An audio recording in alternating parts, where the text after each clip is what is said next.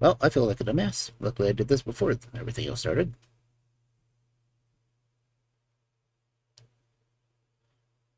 I had my microphone muted. I'm going to have to remember to actually tap a button from now.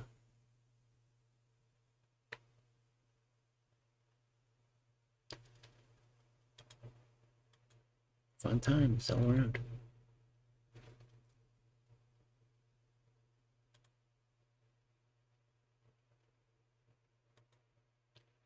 Sure that everything is going where it's supposed to. If my audio is going to my headset.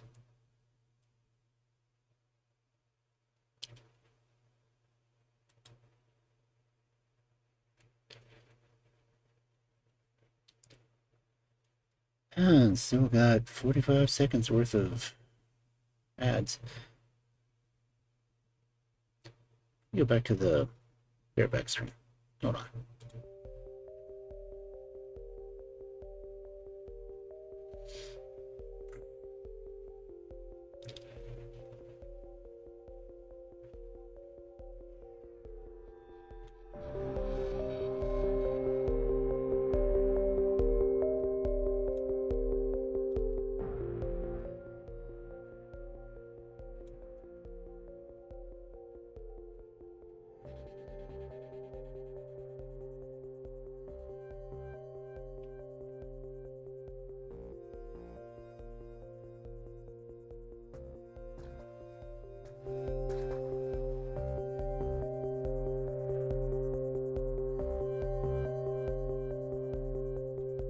This music's kind of spooky. I like it.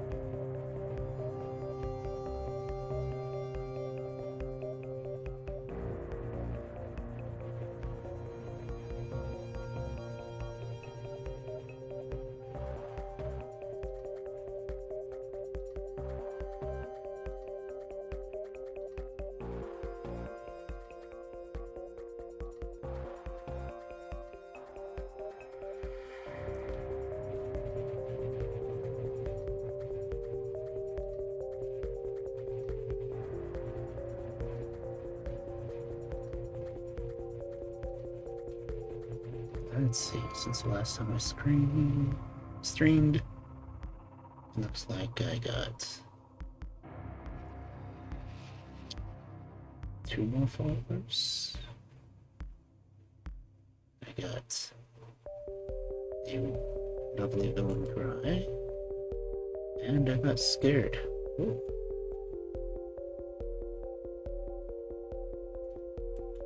Not many people can say that with Ghost Fall. Oh, there's a puppet penguin just came along too.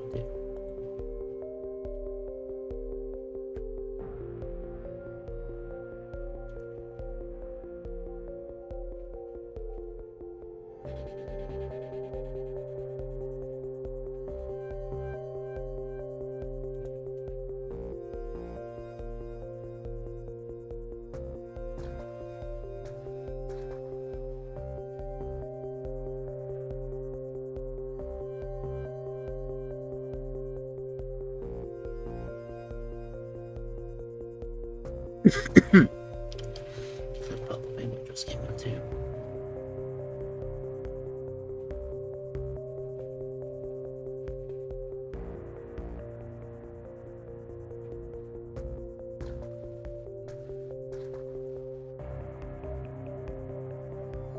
It's been a flipper. How much is not getting a notification?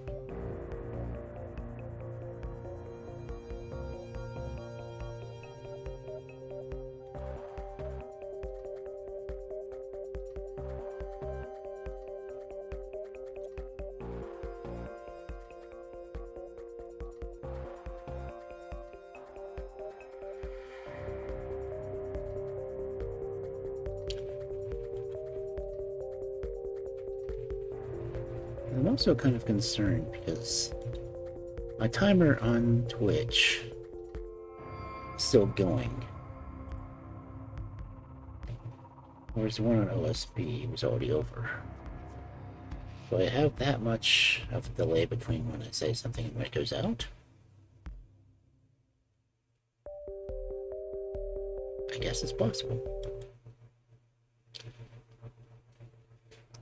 And that would explain why I feel bad about responding really late to people's posts and such.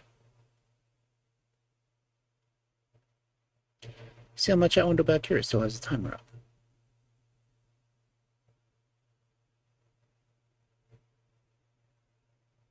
And everything else is saying the ads are over. Okay, now the ads are officially over. Is there just that much of a processing delay between everything?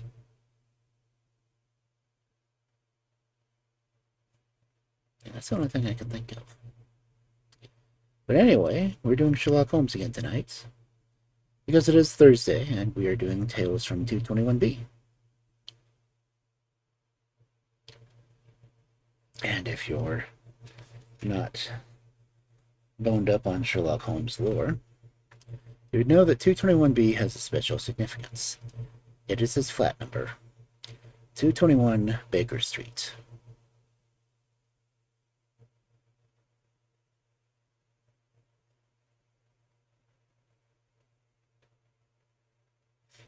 So if you didn't know, now you know.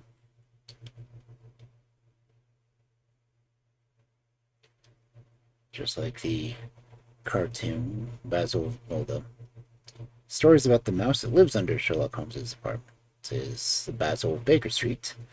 Now you know what's Baker Street, because that is where Holmes and Watson lived. Although, Holmes lived there a lot more than Watson did. If you go by the very first Sherlock Holmes novel, that's when Holmes and Watson first meet, and they were looking for a place to share rent, basically. And part of the 221 Baker Street was also used as Watson's office. Whereas Holmes was doing his detective work in their main sitting area.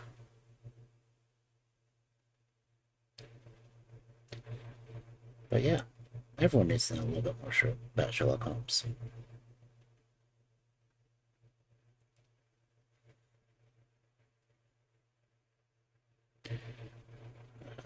Let's see, it is a 9:07 according to my computer.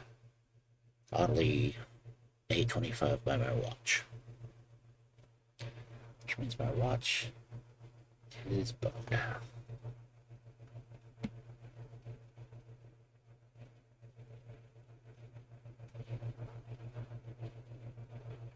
So I'll restart it, and hopefully it'll resync with my phone. In the meantime,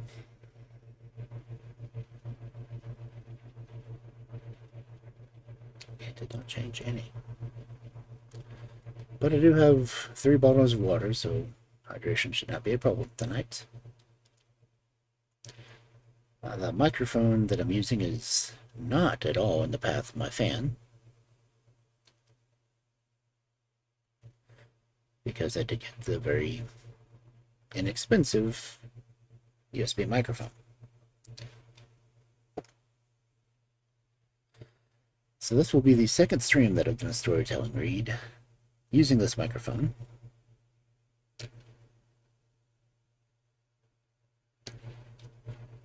We'll have sound alerts turned on, but they're not on the main VOD channel.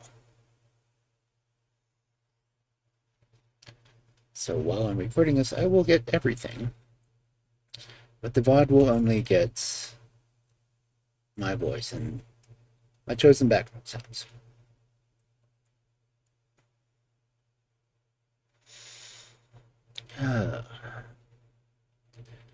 I don't know if I want to give any longer before I switch over to the reading screen.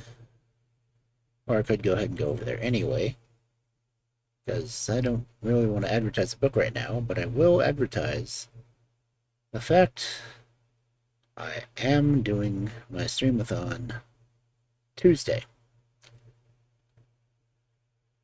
Well, not so much a streamathon as a subathon. And it's not so much a ongoing-a-thon thing, because I'm doing it in the afternoon, hopefully when my relatives won't interfere or come into the stream. Because I figure 4 hours a day would be enough. And I don't really expect a whole lot of people, but it would be easier all the way around for people to be there because my European friends right now are well, had better be asleep because they can't attend my late night streams, so they usually end up going to my VODs the next day. So for all those who are going to be here after the stream, hi, how you doing? Glad you came by. Thank you for watching the VODs. I will have the individual stories again trimmed out and uploaded to the Sherlock Holmes stories uh, channel, I guess, my playlists over on YouTube, roughly 11 o'clock p.m. my time tomorrow. Because, you know, Twitch has this whole 24-hour exclusivity thing going on. Which, honestly, I get more views on YouTube than I do here. But anyway, I do have that book. If you need links to find it, by all means, check my Twitter. It is international, but I only wrote it in English.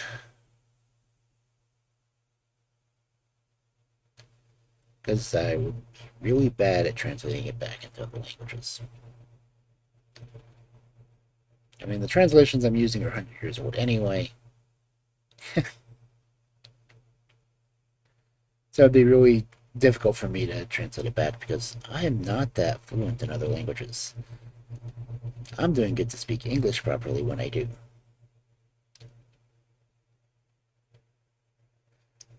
And even then, I would not say that you should read my lips because chances are they won't move.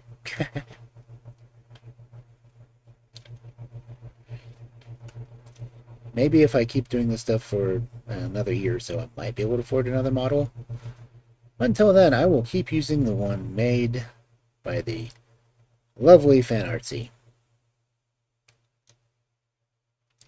And we're not using this one, and I'm using my chibi. I will use the one by the lovely Dustwalker. Credits for whom are down in my links down below. And chances are Kel will post them at least once, depending on our traffic in the room. So, let us go ahead and go over to my study, and I will get comfortable, and we will get into some Sherlock Holmes, shall we? And someday I'd love to have transitions for this too, but for now, we're just here.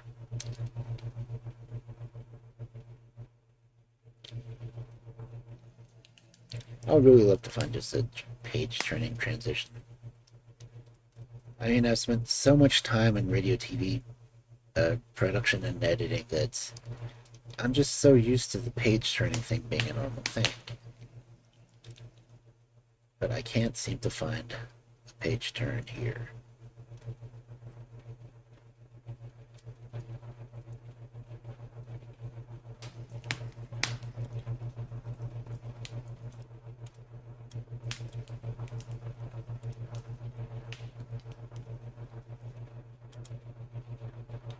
I can hear my fireplace, that's a good sign.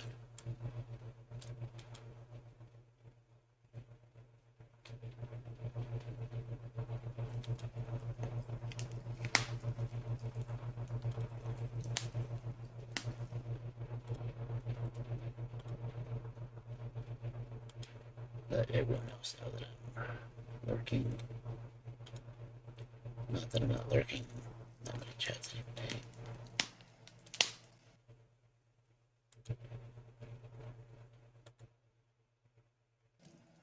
But I really want to support all my friends out there that are streaming at the same time as I am, so.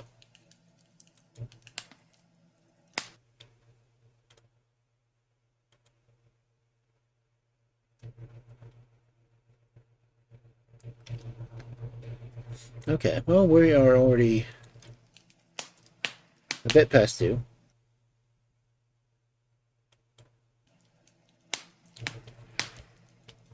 I will turn the fireplace down just a little.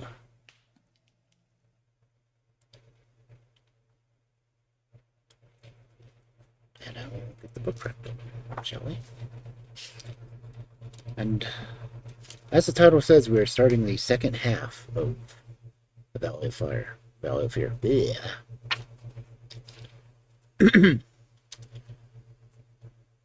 So, of course, that's going to be in this stream. Going to try to do at least 3, maybe 4 chapters tonight. And I am, of course, recording this.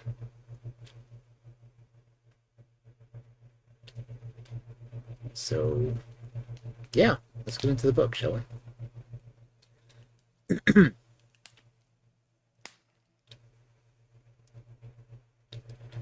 The Valley of Fear, Part 2. The Scowrers.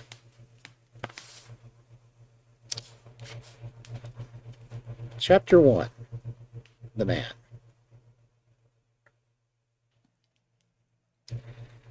It was the 4th of February in the year 1875. It had been a severe winter, and the snow lay deep in the gorges of the Gillerton Mountains. The steam plow had, however, kept the rail track open, and the evening train with connections, the long line of coal mining and ironworking settlements, was slowly groaning its way up the steep gradients, which lead to Stagville, the plain of Vermissa, the central township which lies at the head of the Vermissa Valley. From this point, the track sweeps downward to Barton's Crossing, Hemdale, and the purely agricultural county of Merton. It was a single-track railroad, but at every siding, and there were numerous long lines of trucks piled with coal and with iron ore, told of the hidden wealth which had brought a rude population of a bustling life to this most desolate corner of the United States. For desolate it was. Little could the first pioneer who had traversed it have ever imagined that the fairest prairies and the most lush water pastures were valueless compared with this gloomy land of black crag and tangled forest. Above the dark and often scarcely penetrable woods upon their sides, the high, bare mountain crowns, with white snow and jagged rock, towered upon either flank, leaving a long, winding, tortuous valley in the center. Up this little train was slowly crawling. The oil lamps had just been lit in the leading passenger car, a long, bare carriage in which some 20 or 30 people were seated. The greater number of these were workmen returning from the day's toil in the lower portion of the valley. At least a dozen, by their grimed faces and the safety lanterns which were carried, proclaimed themselves as miners. These sat smoking in a group and conversed in low voices, glancing occasionally at 2 men on the opposite side of the car, whose uniform and badges showed them to be policemen. Several women of the laboring class, and 1 or 2 travelers who might have been small local storekeepers, made up the rest of the company, with the exception of 1 young man in a corner by himself. It is with this man that we are concerned. Take a good look at him, for he is worth it. He is a fresh-complexioned, middle-sized young man, not far, one would guess, from his 13th year. He has large, shrewd, humorous gray eyes, which twinkle inquiringly from time to time, as he looks round through his spectacles at the people about him. It is easy to see that he is of a sociable and possibly simple disposition, anxious to be friendly to all men. Anyone could pick him at a glance as gregarious in his habits and communicative in his nature, with a quick wit and a ready smile. And yet the man who studied him more closely might discern a certain firmness of jaw, and a grim tightness about the upper lips which would warn him that there were depths beyond, and that this peasant's brown-haired young Irishman might conceivably leave his mark for good or evil upon any society to which he was introduced.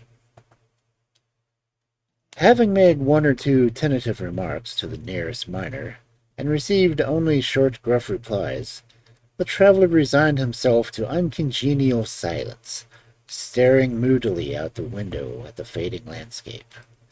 It was not a cheering prospect.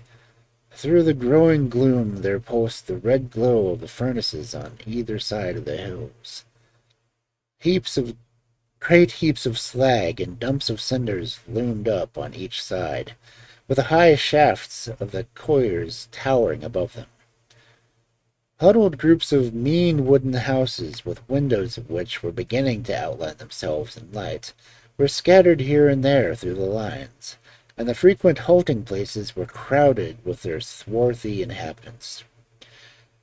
The coal and iron valleys of the Vermissa district were no resorts for the leisured or the cultured. Everywhere there were stern signs of the crudest battle of life, the rude work to be done, and the rude, strong workers who did it. The young traveler gazed out into the dismal country with a face of mingled repulsion and interest, which showed that the scene was new to him.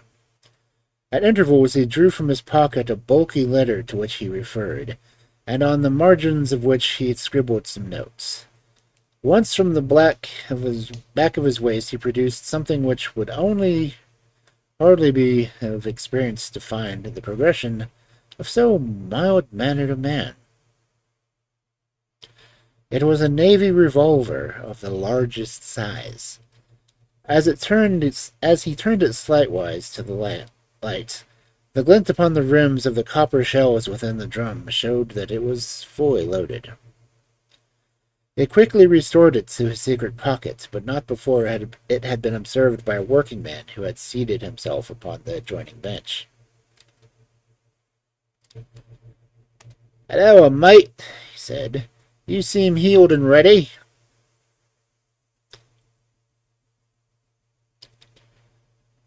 The young man smiled with an air of embarrassment. "Yes," he said. "We need them sometimes in the place I come from." "And where may that be?" "I'm last from Chicago." "A stranger in these parts?" "Yes."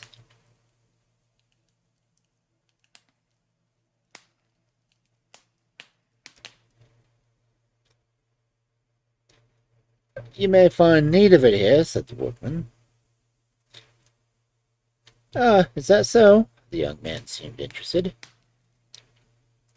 "Have you heard nothing about the doings hereabouts?" "Nothing out of my way." "Why, I thought the country was full of it. You'll hear quick enough. What made you come here?" "I heard there was always work for a willing man."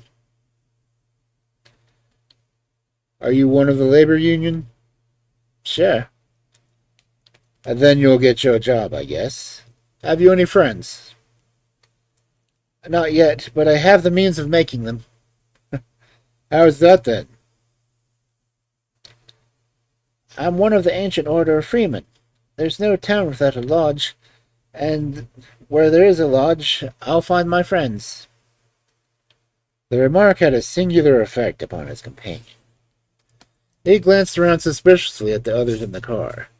The miners were still whispering among themselves. The two police officers were dozing.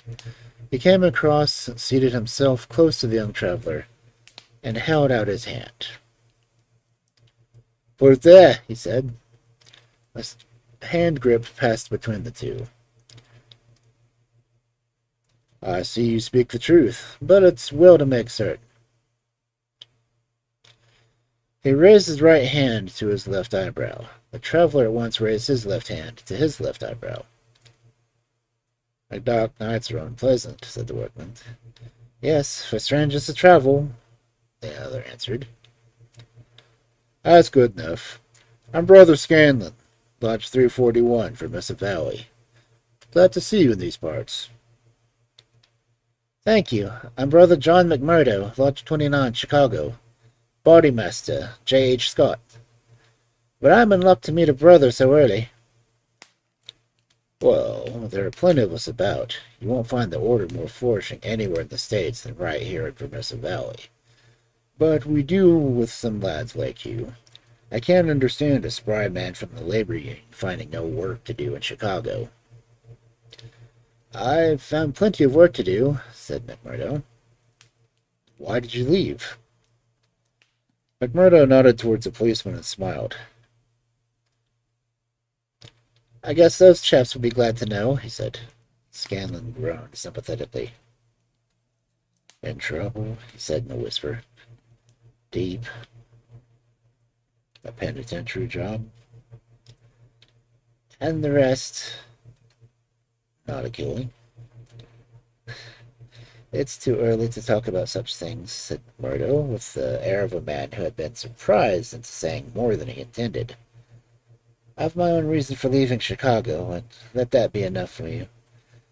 Who are you that you should take it on yourself to ask such things?" His gray eyes gleamed with sudden and dangerous anger from behind his glasses. "All right, mate. Meant no offense. The boys will think some of the worst of you, whatever you may have done. Where are you bound for now?" "To Vermissa." "That's the third halt down the line. Where are you staying?" McMurdo took out an envelope and held it close to the murky oil lamp. "Here's the address. Jacob Shafter, Sheridan Street. It's a boarding house that was recommended by a man I knew in Chicago." "Well, I don't know it, but Vermissa is out of my beat.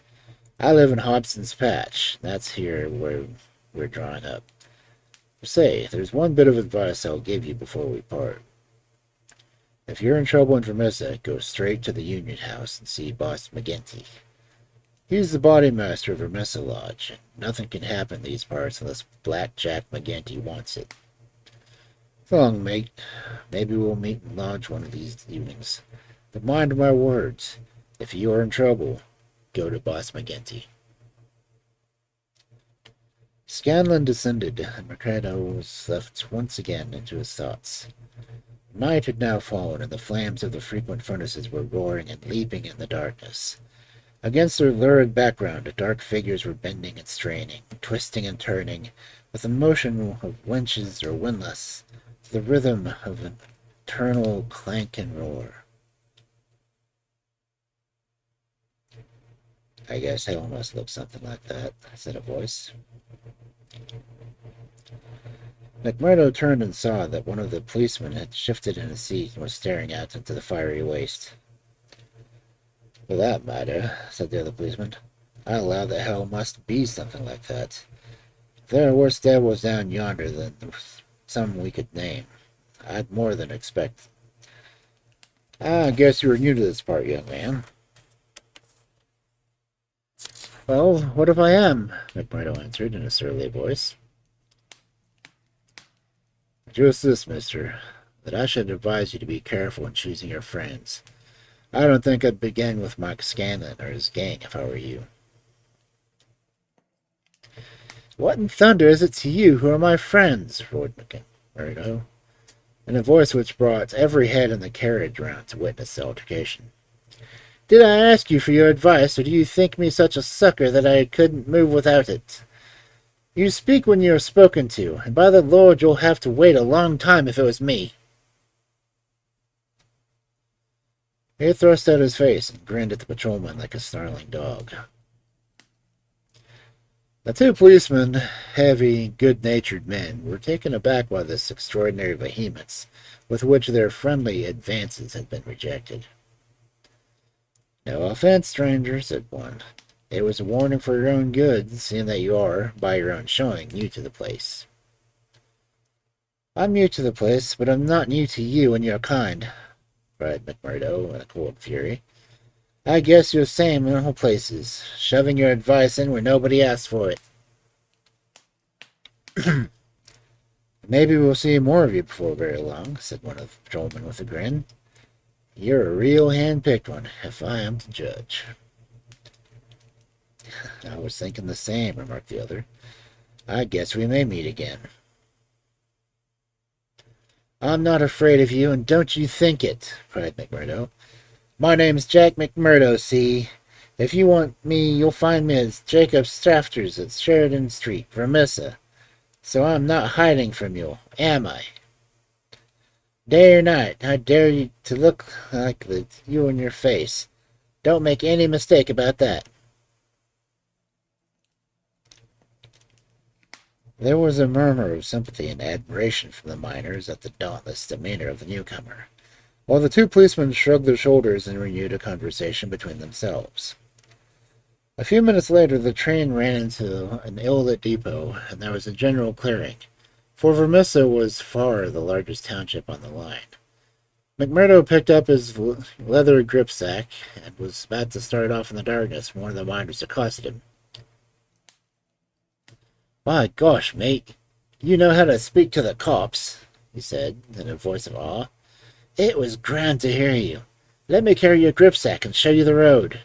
I'm passing Shafters on the way to my own shack."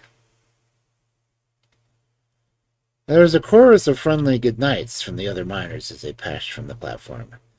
Before ever he had set his foot on it, McMurdo had a turbulence and become a character of Vermissa. The country had been a place of terror, but the township was, in its own way, even more depressing. Down that long valley there was at least a certain gloomy grandeur and the huge fires and clouds of drifting smoke, while the strength and industry of man found fitting monuments in the hills which had spilled by the side of his monstrous excavations. But the town showed a dead level of mean ugliness and squalor. The broad street was churned up by the traffic into a horrible rutted paste of muddy snow. The sidewalks were narrow and uneven. The numerous gas lamps served only to show more clearly a long line of wooden houses, each with its veranda facing the street, unkept and dirty.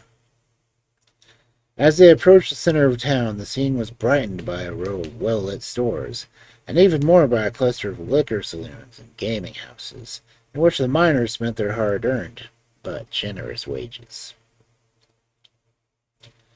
"That's a union house," said the guide, pointing to one saloon which rose to the dignity of being a hotel. "Jack McGinty's the boss in there." "What sort of man is he?" asked McMurdo. "What? Have you never heard of the boss?" "How could I have heard of him when you know that I am a stranger in these parts?" "Well, I thought his name was known right across the Union.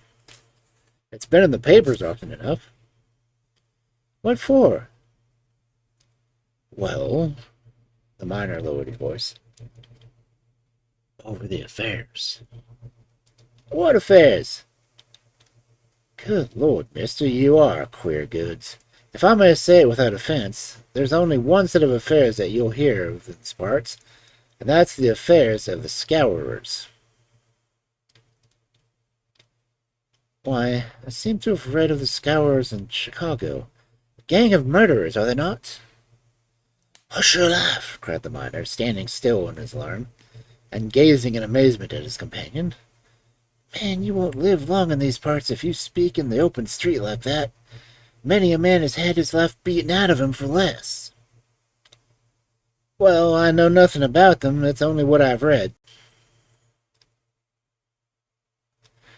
"And I'm not saying that you have not read the truth. The man looked nervously around him as he spoke, peering into the shadows as if he feared to see some lurking danger. If killing is murder, then God knows there is murder to spare. It don't dare breathe the name of Jack McGinty in connection with a stranger, for every whisper goes back to him, and he is not one that is likely to let it pass. Now that's the street you're after, the one standing back from the street. You'll find old Jacob Shafter that runs it as an honest man that lives in this township. Thank you, said McMurdo, and shaking his hands with his new acquaintance. He plotted his gripsack in his hand and up the path which led to the dwelling house, at the door of which he gave a resounding knock. It was opened at once by someone different from what he had expected. It was a woman, young and singularly beautiful. She was of the Swedish type, blonde and fair-haired, with a piquant contrast, a pair of beautiful dark eyes, which she surveyed the stranger with surprise and pleasing embarrassment, which brought a wave of color over her pale face. Framed in the bright light of the open doorway, it seemed to McMurdo that he had never seen a more beautiful picture, the more attractive for its contrast with the sordid and gloomy surroundings. A lovely violet growing upon one of those black slag heaps of the mines would not have seemed more surprising. So entranced was he that he stood staring without a word, and it was she who broke the silence. "I thought it was father," she said, with a pleasing little touch of a Swedish accent. "Did you come to see him? He is downtown. I expect him to be back every moment."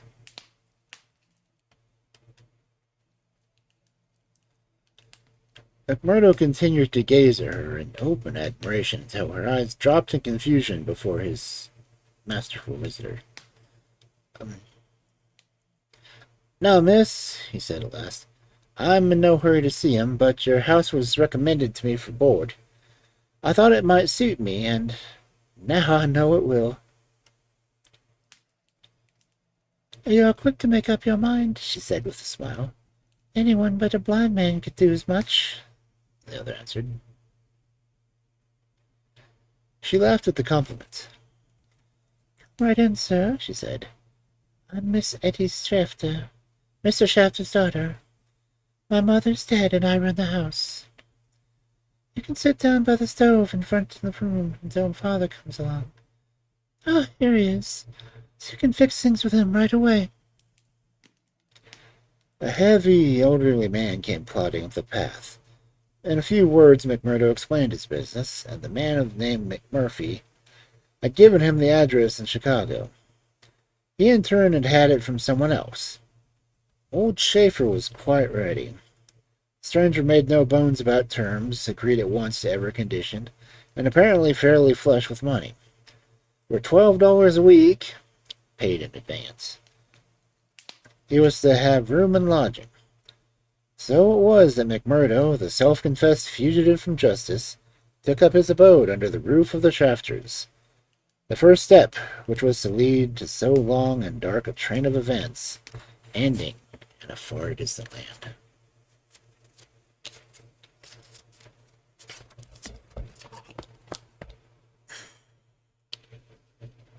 Oh, I am hoping it is not getting so much echo.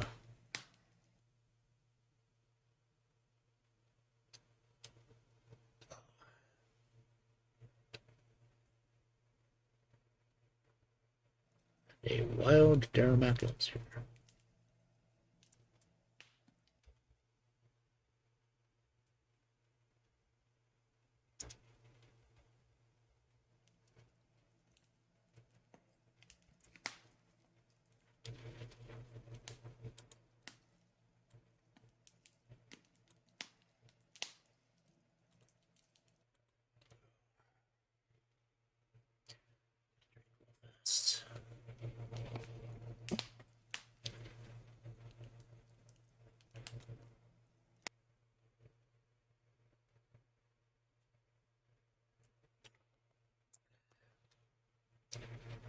Okay. I remember what the Dharma is. That's a little furnace thing, isn't it?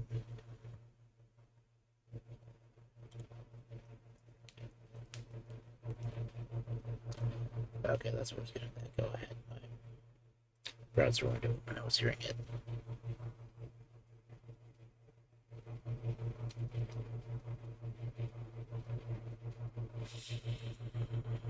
Okay. Another 20 minutes before the pre-roll, so let's get going. I'm hoping everyone's doing fine without ads, right? Since I apparently really don't have any control over them at all.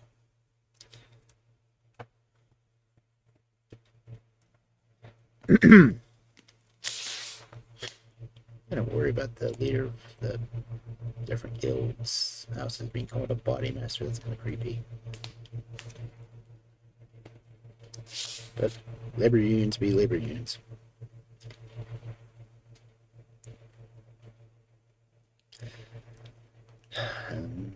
Continuing. Chapter 2. The Bodymaster. McMurdo was a man who made his mark quickly. Whoever he was, the folk around soon knew it. Within a week he had become infinitely the most important man at Shafters. There were 10 or a dozen boaters there, but they were honest foremen and commonplace clerks from the stores, of a very different caliber from the young Irishman. Of an evening they gathered together, his joke was always the readiest, his conversation the brightest, and his song the best. He was born boon companion, with a magnetism which drew good humor from all around him. And yet he showed again and again, as he had shown in the railway carriage, a capacity for sudden, fierce anger, which compelled the respect and even fear of those who met him. For the law, too, and all connected with it, he exhibited a bitter contempt which delighted some and alarmed others of his fellow boarders. From the first he made it evident, by his open admiration, that the daughter of the house had won his heart from the instant that he had set eyes upon her beauty and her grace. It was no backward suitor. On the second day he told her that he loved her, and from then onwards he repeated the same story with an absolute disregard of what she might say to discourage him. "Someone else!" he would cry. "Oh, the worse luck for someone else! Let him look out for himself! Am I to lose my life's chance and all my heart's desire for someone else? You can keep saying no, Eddie. The day will come when you will say yes, and I'm young enough to wait." He was a dangerous suitor, with his glib Irish tongue and his petty, coaxing ways. There was about him also that glamour of experience and of mystery which attracts women's interest, finally, her love. He could talk of the sweetest valleys of the country Monaghan, which he came, of the distant island, the low hills and the green meadows of which seemed more beautiful when imagination viewed them from the place of this grim snow. Then he was versed in the lives of the cities of the North, of Detroit, of the lumber camps of Michigan, of Buffalo, and finally of Chicago, where he had worked at a sawmill. And afterwards came the hint of romance, the feeling that strange things had happened to him in that great city, so strange and so intimate that they might not be spoken of. He spoke wistfully of a sudden leaving, a breaking of old ties, a flight into a strange world ending in this dreary valley, and Eddie listened, her dark eyes gleaming with pity and with sympathy, those two qualities which may turn so rapidly and so naturally into love. McMurdo had obtained a temporary job as a bookkeeper, for he was a well-educated man.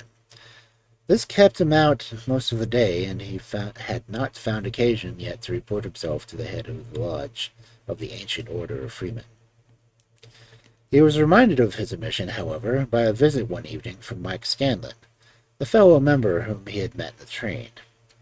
Scanlon, a small, sharp-faced, nervous, black-eyed man, seemed glad to see him once more, and after a glass of whiskey or two, he approached the subject of his visits. "Say, McMurdo," he said, "I remembered your address, so I made bold to call. I'm surprised that you're not reported to the Bodymaster. What's amiss that you haven't seen Boss McGinty yet?" "Well, I had to find a job, and I have been busy." "You must find time for him if you have none for anything else. Good Lord, man, you're mad not to have been down to the Union House and registered name for the first morning after you came here. If you fall foul of him, which you mustn't, that's all." McMurdo showed mild surprise. "I've been a member of the lodge for over 2 years, Scanlon, but I've never heard the duties so pressing as all that." "Maybe not in Chicago." "Well, it's the same society here." "Is it?" Scanlon looked at him long and fixedly. There was something sinister in his eyes. "Is it not?" "You'll tell me in that month's time. I hear you had a talk with a patrolman after I left the train." "How did you know that?" "Oh, it got about. Things do get about for good and for bad in this district." "Well, yes, I told the hounds what I thought of them." "The Lord, you'll be a man after McGinty's heart." "Wait, does he hate the police too?" Scanlon burst out laughing. "You go and see him, my lad," he said as he took his leave. "It's not the police, but you, that he'll hate if you don't. Now take a friend's advice and go at once." It chanced that on the same evening McMurdo had another, more pressing interview which urged him in the same direction. It may have been that his attentions to Eddie have been more evident than before, or that he had gradually obtruded himself into the slow mind of his good Swedish host. But whatever the cause, the boarding-house keeper beckoned the young man into his private room and started on the subject without any circumlocution. "It seems to me, mister," he said, "that you are getting on my Eddie. Ain't that so, or am I wrong?" "Yes, that is so," the young man answered. "Well, I want to tell you right now that ain't no matter of use. There's someone slipped in afore you."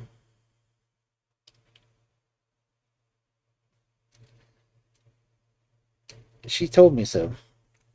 "Well, you can lay that she told you the truth, but did she tell you who it was?"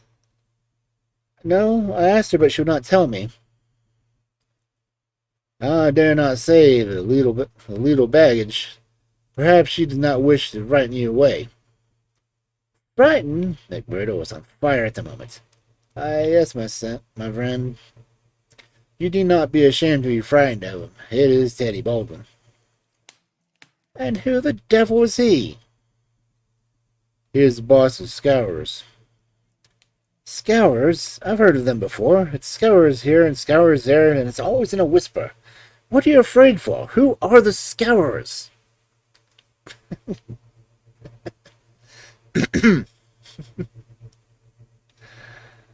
The boarding-house keeper instinctively sank his voice, and everyone did who talked about that terrible society. "The Scowrers," he said, "are the ancient order of freemen." The young man started. "Why, I'm a member of the order myself." "You? I would have never had you in my house if I had known it. If you were to pay me $100 a week."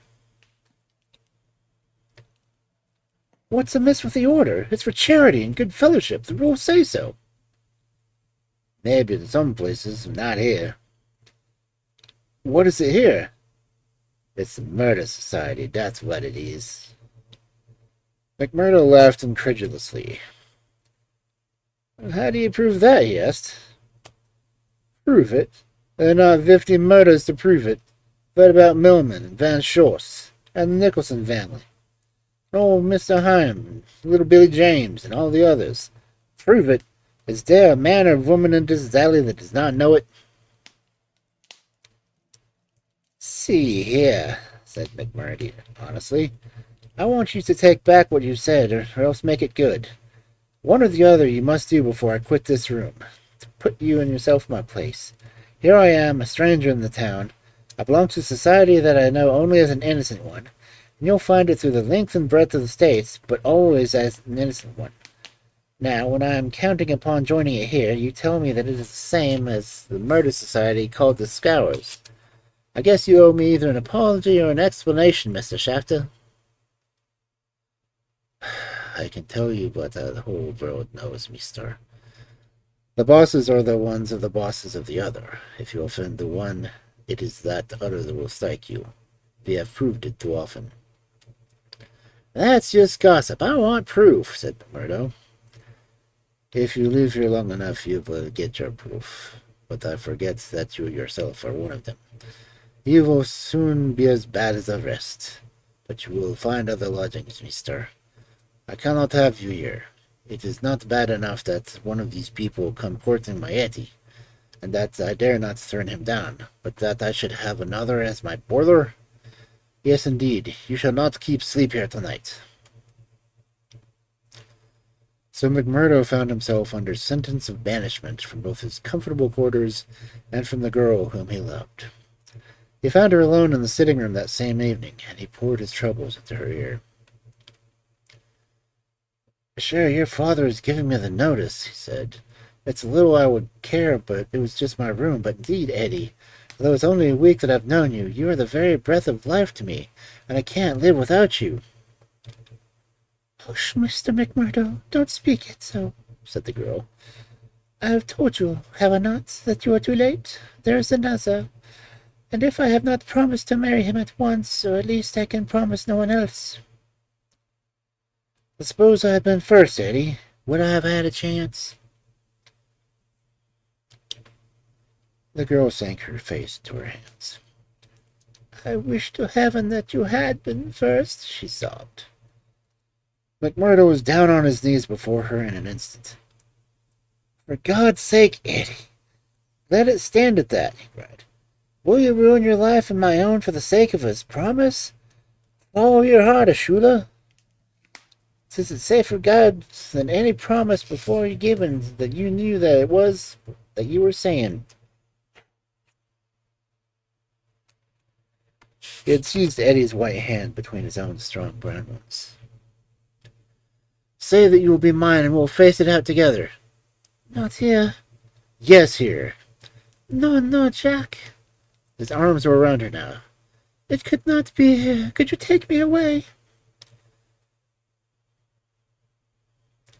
A struggle passed for a moment over McMurdo's face, but it ended by settling like granite.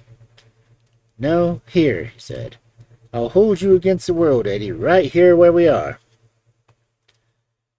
Why should we not leave together? No, Eddie, I can't leave here. But why? I'd never hold my head up again if I felt that I'd been driven out. Besides, what is there here to be afraid of? Are we not free folk in free country? If you love me and I love you, who will dare come between? You don't know, Jack. You've been here a short time. You don't know this Baldwin. You don't know McGinty and his Scowrers. No, I don't know them, and I don't fear them, and I don't believe in them, said McMurdo. I've lived among rough men, my darling, and instead of fearing them, it has always ended up that they have feared me. Always, Eddie. It's mad on the face of it. If these men, as your father say, have done crime after crime in the valley, and if everyone knows it by name, how comes it that none are brought to justice? Answer me that, Eddie. But no witness dares to appear before them. He would not live a month if he did. Also because they have always their own men to swear that the accused one was far from the scene of the crime. But surely, Jack, you must have read all this. I had understood that every paper in the States was writing about it. Well, I've read something, it is true, but I thought that it was a story. Maybe these men have some reason in what they do. Maybe they are wronged and have no other way to help themselves. Oh, Shaq, don't let me hear you speak so. That is how he speaks, the other one. Baldwin, he speaks like that, does he? And that is why I loathe him. Oh, Jack, now I can tell you the truth. I loathe him with all of my heart, but I fear him also. I fear him for myself, but above all, I fear him for Father. I know that some great sorrow would come upon him if I dared to say what I really felt. That is why I have put him off with promises. It wasn't real truth or only hope. But if you would fly with me, Jack, we could take Father with us and live forever far from the power of these wicked men. Again there was a struggle upon McMurdo's face, and again that set like granite.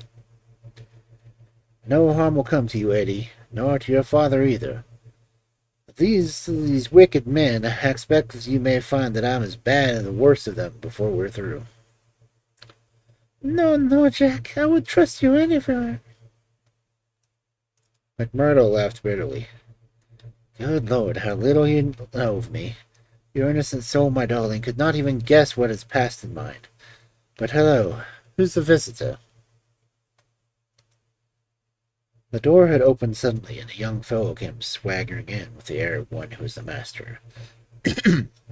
He was a handsome, dashing young man, about the same age and build of McMurdo himself. Under his broad-brimmed black felt hat, which had not troubled to remove, a handsome face with a fierce, domineering eyes and a curved hawk-bill of a nose looked savagely at the pair sat by the stove. Eddie had jumped to her feet, full of confusion and alarm. Glad to see you, Mr. Baldwin, she said. Yeah, earlier than I had thought. Come and sit down. Baldwin stood with his hands on his hips, looking at McMurdo. Who's this? He asked curtly. It's a friend of mine, Mr. Baldwin, a new boarder here. Mr. McMurdo, can I introduce you to Mr. Baldwin? The young men nodded in a surly fashion to each other. Maybe Miss Eddie has told you how it is with us, said Baldwin. I didn't understand that there was any relation between you. Did you not? Well, you can understand it now. You can take it from me that this young lady is mine, and you'll find it a very fine evening for a walk. Thank you. I'm in no humor for a walk. Are you not? The man's savage eyes were blazing with anger. Maybe you're in a humor for a fight, Mr. Boarder. That I am, cried McMurdo, springing to his feet. You never said a more welcome word.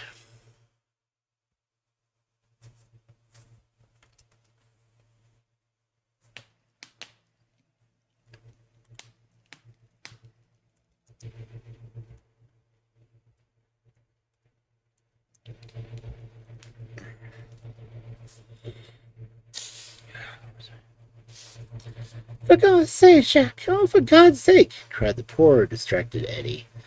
Oh, Jack, Jack! He will do you a mischief!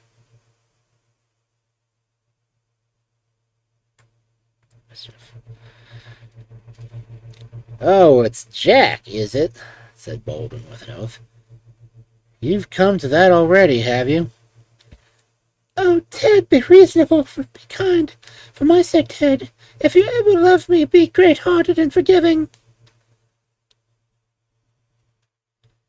I think, Eddie, that if you were to leave us alone, we could get this thing settled, said McMurdo quietly. Or maybe, Mr. Baldwin, you will take a turn down the street with me.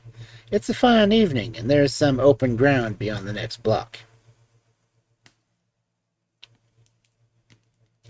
I'll get even with you without needing to dirty my hands, said his enemy.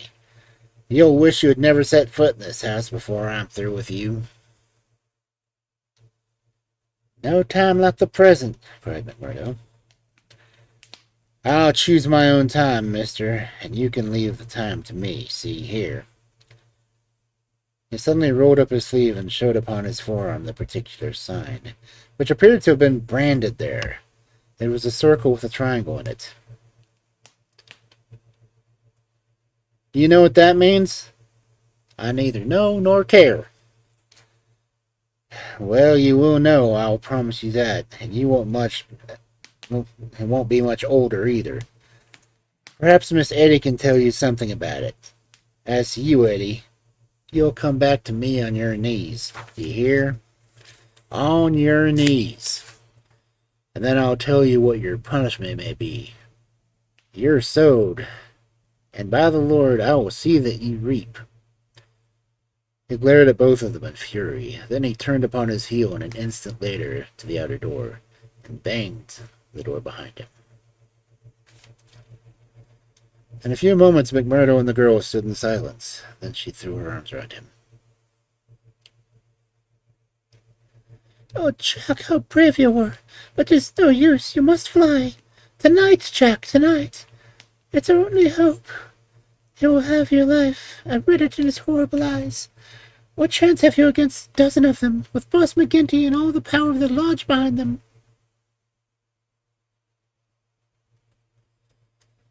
McMurdo disengaged his hands, kissed her, and gently pushed her back into a chair. There, Shusha, there. Don't be disturbed or fear for me. I'm a freeman myself, and I'm after telling your father about it. Maybe I'm no better than the others, so don't make a saint of me. Perhaps you hate me too, now that I've told you as much. Hate you, Jack. While I've less, I could never do it. I've heard that there is no harm in being a freeman anywhere but here. So why should I think the worse of you for that? But if you are a freeman, Jack, why should you not go down and make a friend of Boss McGinty? Oh, hasten, Jack, hasten. Get your word in first, or the hounds will be on your trail.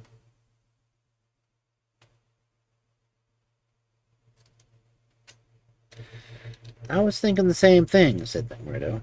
I'll go right now and fix it.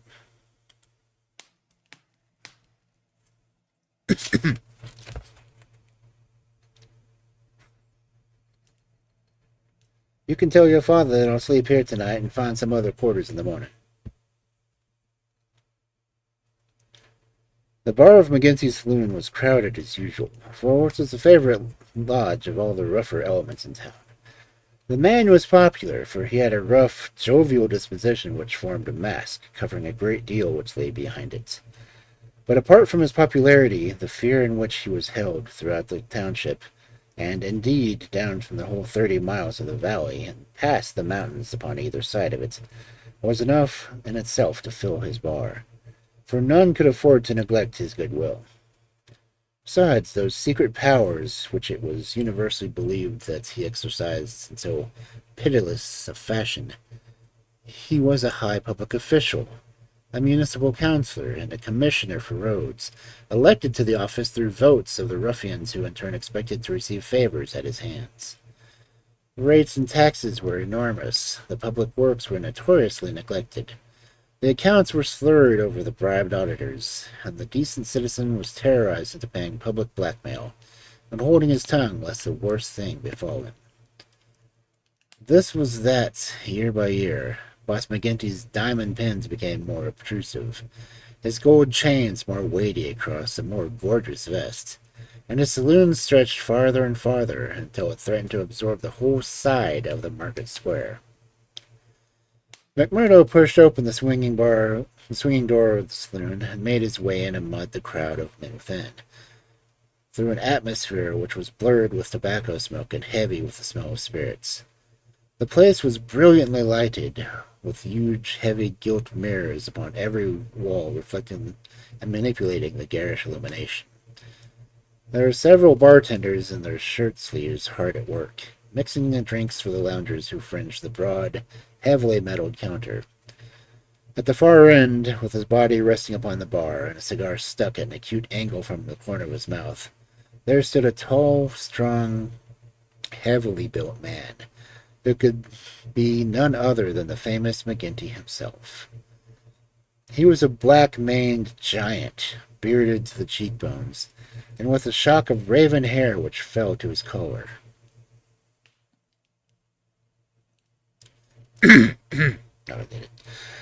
He was a black. His complexion was as swarthy as that as an Italian, and his eyes were a strange dead black, which, combined with a slight squint, gave him a particularly sinister appearance. All else of the man, his noble proportions, his fine features, and his frank bearing, fitted in the jovial man-to-man manner which he affected. Here, one would say, is a bluff, honest fellow, whose heart would be sound, however rude his outspoken words might seem.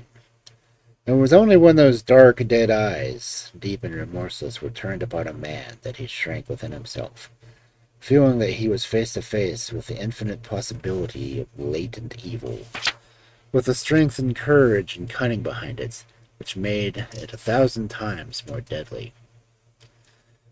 He had a good look of this man, McMurdo, elbowed his way forward in his usual careless audacity, and pushed himself through the little group of porters that were fawning upon the powerful boss, laughing uproariously at the smallest of his jokes. The young stranger's bold gray eyes looked back fearlessly through their glasses at the deadly black ones which turned sharply upon him. "Well, young man, I don't call your face to mind." "I'm new here, McGinty." "You are not so new that you can't give a gentleman his proper title." "Is Councillor McGinty, young man," said a voice from the group. "I'm sorry, Consular. I'm strange to the ways of this place, but I was advised to see you." "Well, you see me. This is all there is. What do you think of me?" "Well, it's early days. If your heart is as big as your body and your soul as fine as your face, then I'd ask for nothing better," said McMurdo. "By gosh, you've got an Irish tongue in your head anyhow," cried the saloon-keeper, not quite certain whether to humor this audacious visitor or to stand up on his dignity. "So, you're good enough to pass my appearance?" "Sure," said McGinty. "And you were told to see me?" "I was." "And whom told you?" "Brother Scanlon of Lodge 341, Vermissa. I drink your health, Counselor, and to the better acquaintance." He raised the glass with which he had been served to his lips and elevated his little finger as he drank it. McGinty, who had been watching him narrowly, raised his thick black eyebrows. "Oh, it's like that, is it?" he said. "I'll have a look closer to this, Mr. McMurdo. A bit closer, Mr. McMurdo, for we don't take folk on trust in these parts, nor believe all we're told, neither. Come here for a moment, behind the bar." Now, there was a small room there lined around with barrels. McGinty carefully closed the door and then seated himself on one of them, biting thoughtfully on his cigar and surveying his companion with those disquieting eyes. For a couple of minutes he sat in complete silence. McMurdo reported the inspection cheerfully, one hand in his coat pocket and the other twisting his brown mustache. Suddenly McGinty stooped and produced a wicked-looking revolver. "See here, my joker," he said. "If I thought you were playing any game on us, it would be a short shrift for you." "Now, this is a strange welcome," McMurdo answered with some dignity. "For the Bodymaster of a lodge of freemen to give a stranger brother." "Aye, but it's the same you have to prove," said McGinty. "And God help you if you fail. Where were you made?"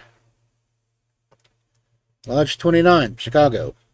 "When?" "June 24th, 1872. What Bodymaster?"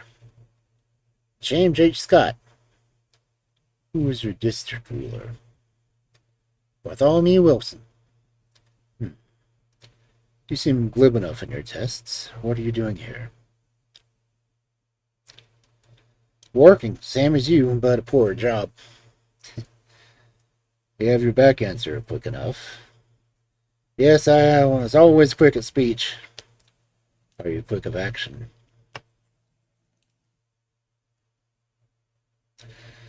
I have that name among those who knew me best. Well, we may try you sooner than you think. Have you heard anything of the lodge in these parts? I've heard that it takes a man to be a brother. True for you, McMurdo. Why did you leave Chicago? I'm hanged if I tell you that. McGinty opened his eyes. He was not used to being answered in such a fashion, and it amused him.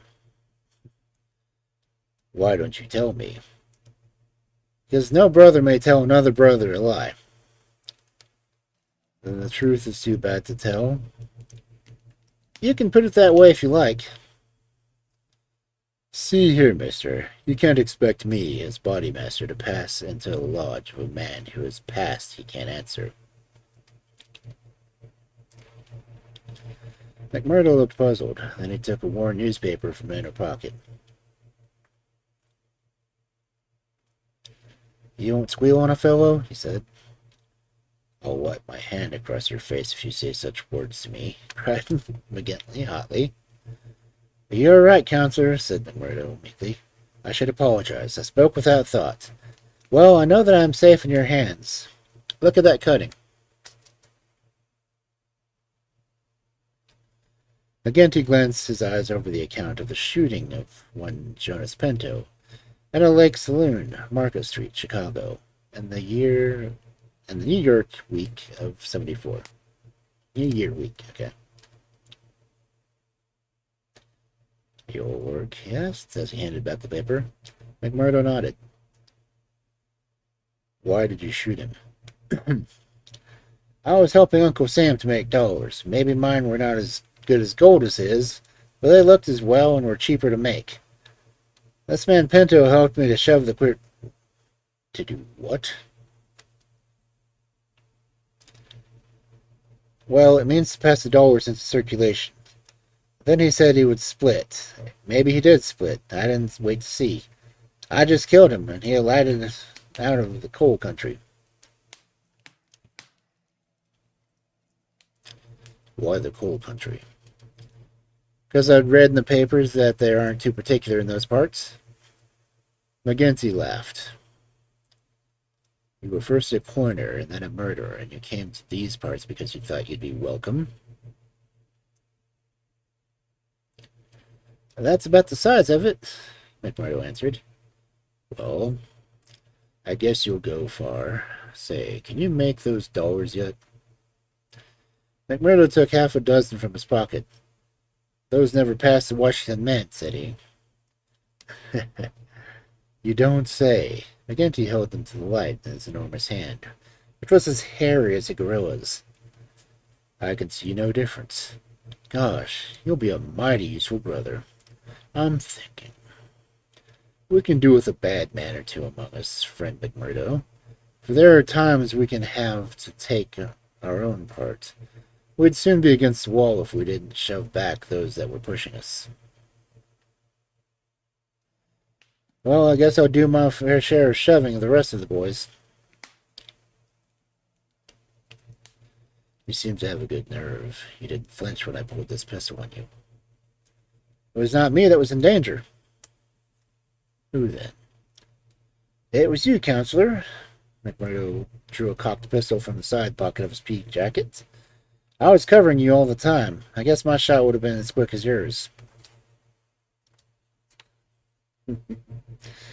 McGinty flushed in an angry red, then burst into a roar of laughter. My gosh, he said. Say, we've had no such holy terror come to hand in this many years. I reckon the lodge will learn to be proud of you. Well, what the deuce do you want? And can't I speak alone with a gentleman for 5 minutes, but you must butt in upon us? The bartender stood astonished. I'm sorry, Counselor, but it's Mr. Ted Baldwin. He says he must see you this very minute. The message was unnecessary, for the set, cruel face of the man himself was looking over the servant's shoulder. They pushed the bartender out and closed the door on him. So, he said with a furious face at McMurdo, you got here first, did you? I have a word to say to you, Counselor, about this man. Say it here and now before my face, cried McMurdo. I will say it in my own time, in my own way. Tut, tut, said McGinty, getting off his barrel. This will never do. We have a new brother here, Baldwin, and it's not for us to greet him in such a fashion. Hold out your hand, man, and make it up. Never, cried Baldwin in a fury. I've offered to fight him if he thinks I've wronged him, said McMurdo.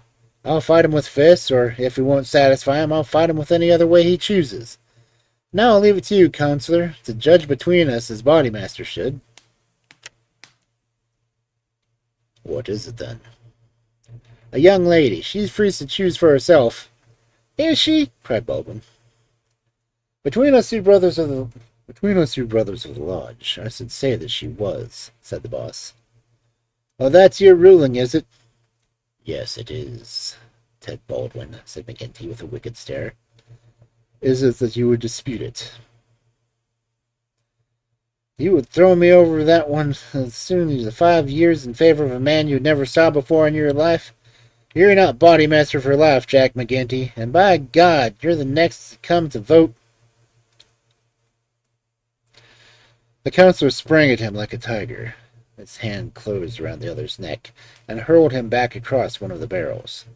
In his mad fury, he would have squeezed the life out of him if McMurdo had not interfered. Easy, Counselor, for heaven's sake, go easy, he cried as he dragged the man back.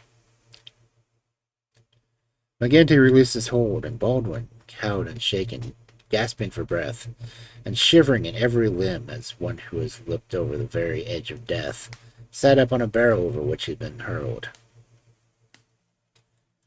You've been asking for this for many days, Ted Baldwin. Now you've got it, cried Mr. McGinty, as the huge chest rising and falling.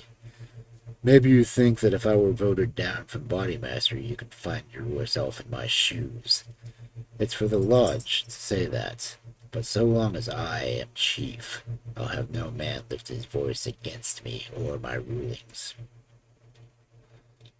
I have nothing against you, mumbled Baldwin, feeling his throat. Well, then, cried the other, relapsing in the moment of bluff joviality. We're all good friends again, and there is the end of the matter. He took a bottle of champagne down from the shelf and twisted out the cork. See now, he continued as he filled 3 high glasses. Let us drink the quarreling toast of the lodge.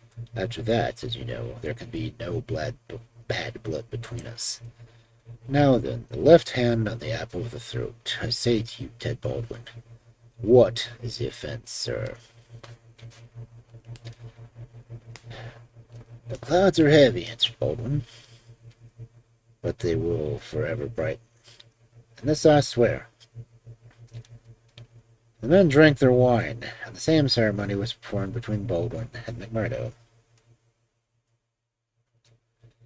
There, cried McMurdo, rubbing his hands. That's the end of the black blood. You come under lodge discipline if it goes farther, and that's a heavy hand in these parts, as Brother Baldwin knows. And as you will soon find out, Brother McMurdo, if you ask for trouble.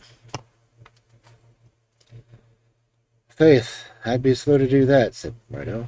He held his hand out to Baldwin. I'm quick to quarrel, and quick to forgive. That's my hot Irish blood, they tell me. But it's over for me, and I bear no grudge. Baldwin had to take the proffered hand. The baleful eye of the terrible boss was upon him. But his sullen face showed how little the words of the other had moved him. McGinty clapped them both on the shoulders. Tut, tut, these girls, he cried. To think that the same petticoat should come between two of my boys. It's the devil's own luck. Well, it's the Colleen inside of them that must settle the question, for it's outside the jurisdiction of a Bodymaster, and the Lord be praised for that. We have enough on us without the women as well. You'll have been affiliated to Lodge 341, Brother McMurdo. We have our own ways and methods different to Chicago. Saturday night is our meeting. If you come then, we'll make you free forever of the Vermissa Valley.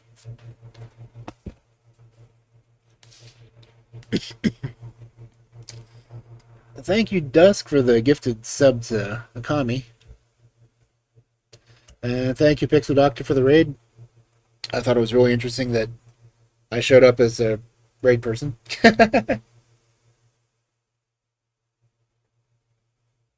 As did Kel, because I may have had two different accounts watching you.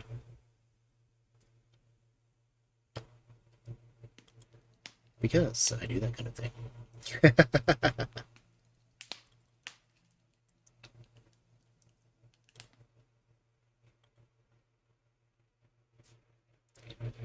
So, what do you think of how the voice sounds in the microphone so far?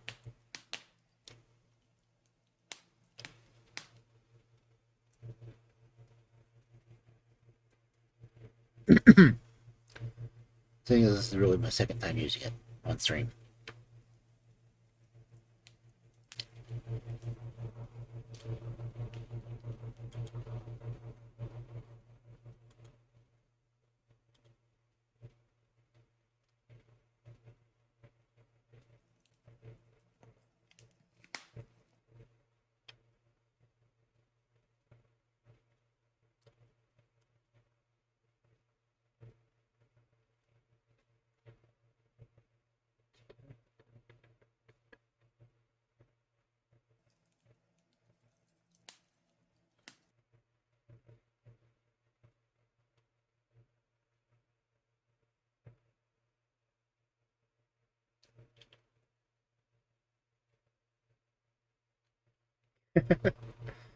I'm having to go back and read the chat, sorry.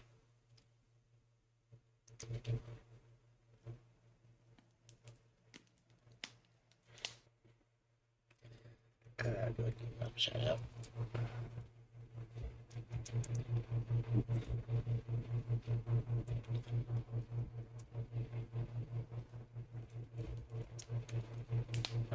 If I can do this right.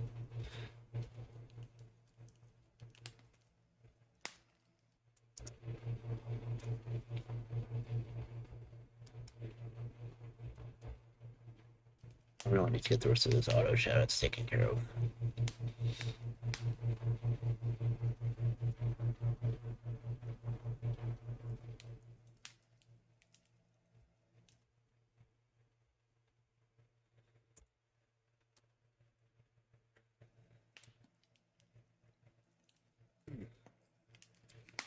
So, how's everyone doing this evening? Yeah.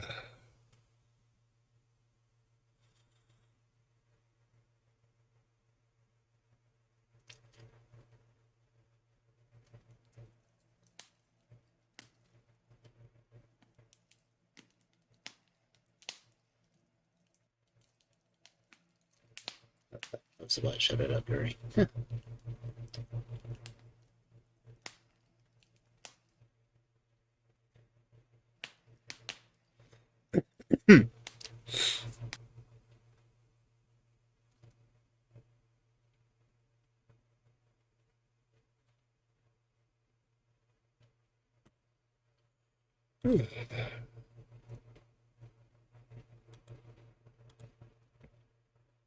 I'm doing good. Let's see, it's 10:20. We'll get this one more chapter out. A wild Passimian is chat.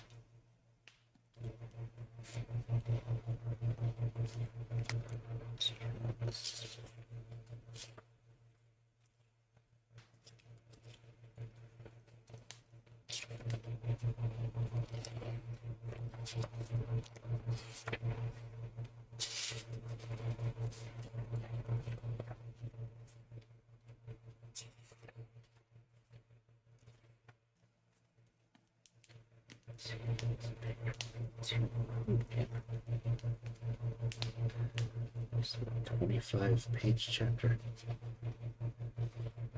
Might be the last one to do tonight, then.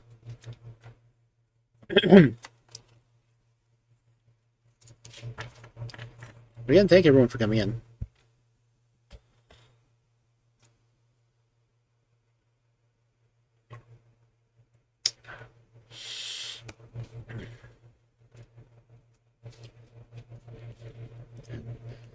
Just got the first sub since I did the sub goals, so.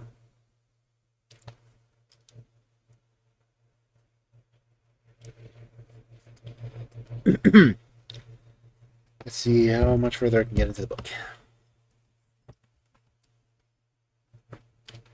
I do apologize if ads pop up because I really don't have that much control of them apparently. What I've been seeing.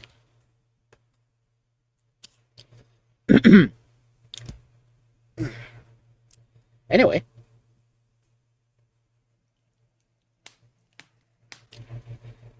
Chapter 3. Lodge 341, Vermissa.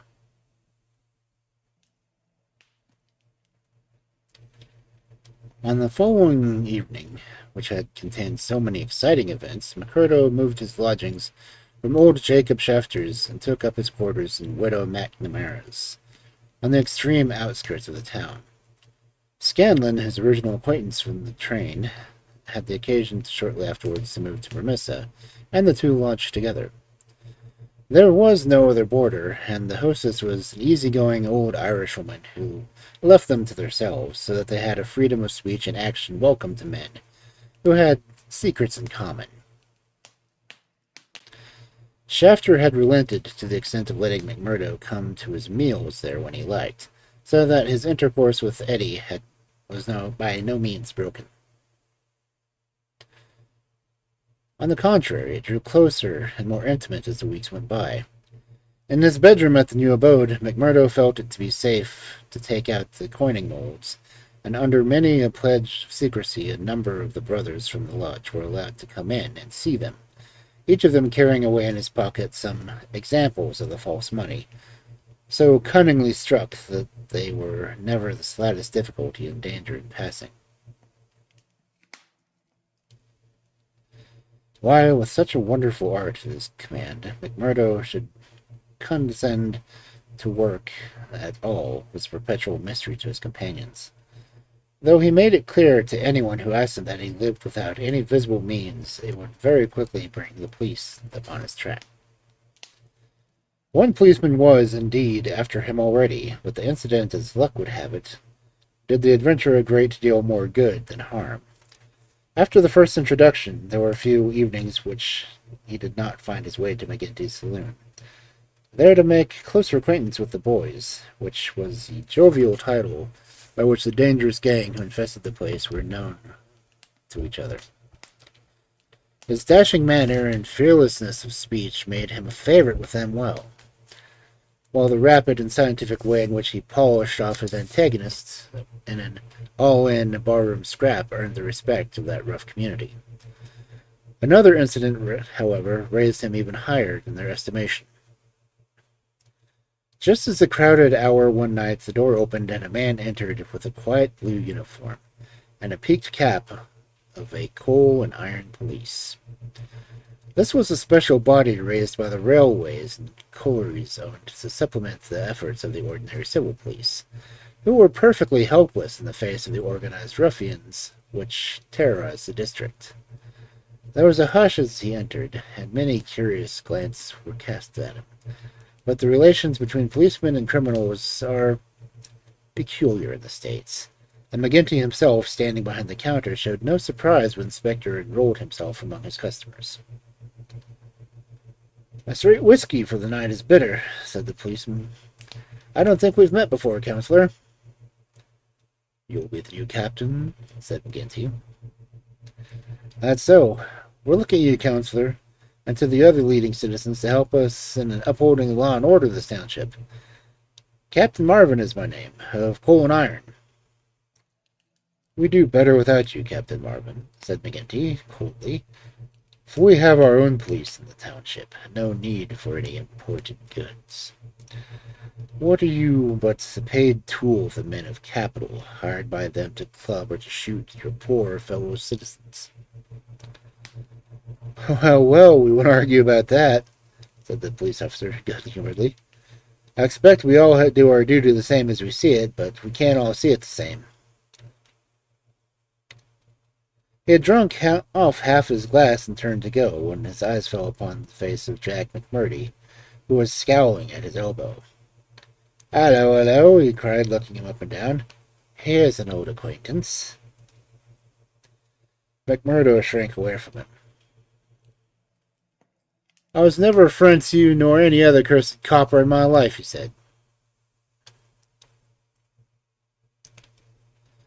"An acquaintance isn't always a friend," said the police captain, grinning. "You're Jack McMurdo of Chicago, right enough, and don't you deny it." McMurdo shrugged his shoulders. "I'm not denying it," he said. "Do you think I'm ashamed of my own name?" "You've got good cause to be, anyhow." "What the devil do you mean by that?" he roared, with his fist clenched. "No, no, Jack. Bluster won't do with me. I'm an officer of Chicago before I ever came to this darn coal bunker, and I know a Chicago crook when I see one." McMurdo's face fell. "Don't tell me that you're Marvin of the Chicago Central," he cried. "Just that same old Teddy Marvin at your service. We haven't forgotten you shooting of Jonas Pinto up there." "I never shot him." "Did you not? That's a good impartial evidence, ain't it? Well, his death came at an uncommonly handy for you, or they would have if you had been shoving the queer. Well, we can let that be bygones, for between you and me, and perhaps I'm going farther up my duty in saying it, I could get no clear case against you, and Chicago's open to you tomorrow." "I'm very well where I am." "Well, I've given you the office, and you're a sulky dog not to thank me for it." "Well, I suppose you mean well, but I do thank you," said McMurdo, in no gracious manner. "It's mum with me as long as I see you live in the straight," said the captain. "But by gum, if you get off on the cross after this, it's another story. So good night to you, and good night, Counselor."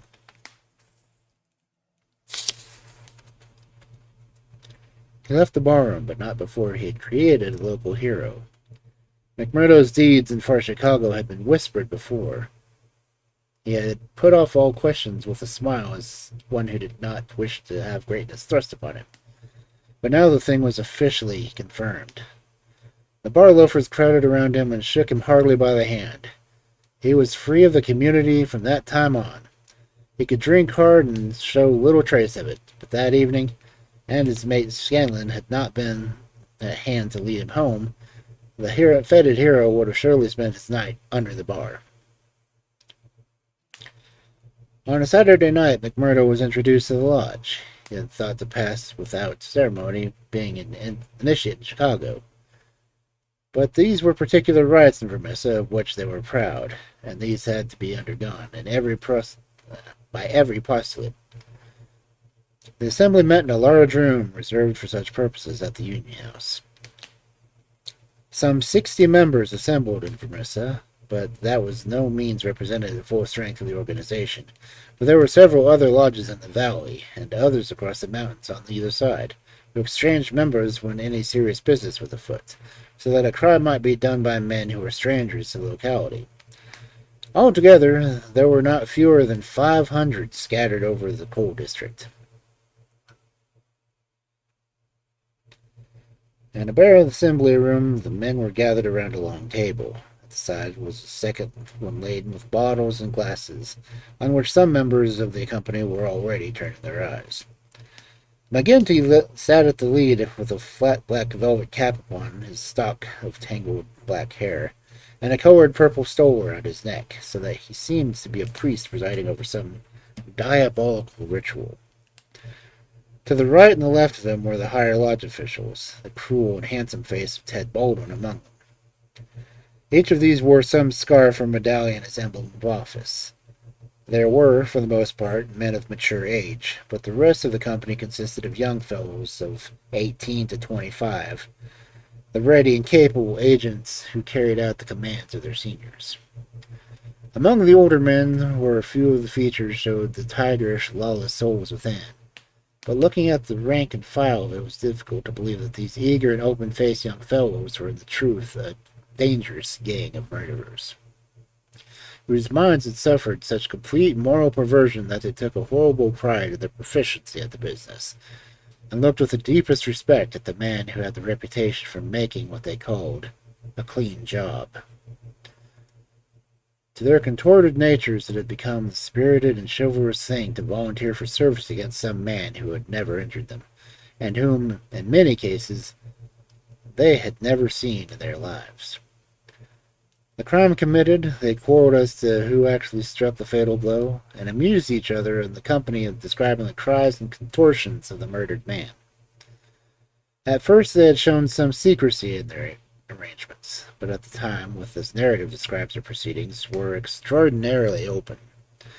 For the repeated failures of the law had proved to them that, on the one hand, no one could dare to witness against them, and on the other, they had an unlimited number of staunch witnesses upon whom they could call, and a well-filled treasure chest from which they could draw the funds to engage the best legal talent in the state. In 10 long years of outrage there had been no single conviction, and the only danger that ever threatened the Scowrers lay in the victim themselves, who, however outnumbered and taken by surprise, might, and occasionally did, leave its mark upon the assailants. McMurdo had been warned that some ordeal lay before him, but no one would tell him what it consisted of. He was led now into an outer room by two solemn brothers, through the plank into an outer room by plank partition. He could hear the murmur of many voices from the assembly within. Once or twice he caught the sound of his own name, and he knew that they were discussing his candidature. Then there entered the inner guard, with a green and gold sash across his chest. The Bodymaster wishes that he shall be trussed, blinded, and entered, he said. The three of them removed his coat, turned up the sleeve on his right arm, and finally passed a rope round above the elbows and made it fast. They placed a thick black cap right over his head in the upper part of his face, so he could not see anything. Then he was led into the assembly hall. It was pitch dark and very oppressive under his hood. He heard the rustle and the murmur of people around him, and then the voice of McGinty sounded, dull and distant through the covering of his ears. "John McMurdo," said the voice, "are you already a member of the ancient order of freemen?" He bowed in assent. "Is your lodge number 29, Chicago?" He bowed again. "Dark nights are unpleasant," answered the voice. "Yes, for strangers to travel," he answered. "The clouds are heavy." "Yes, a storm is approaching." "Are the brethren satisfied?" asked the Bodymaster. There was a general murmur of assent. "We know, brother, by your sign and by your countersign, that you are indeed one of us," said McGinty. "We would have you know, however, that in this county and in other counties of these parts we have certain rights, and also certain duties of our own, which call for good men. Are you ready to be tested?" "I am." "Are you stout of heart?" "I am." "Take a stride forward to prove it." As the words were said, he felt two hard points in front of his eyes, pressing upon them so that it appeared that if he could not move forward without danger of losing them. Nonetheless, he nerved himself to step resolutely out, and as he did so, the pressure melted away.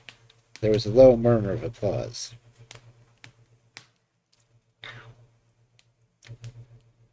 "He is stout of heart," said the voice. "Can you bear pain?"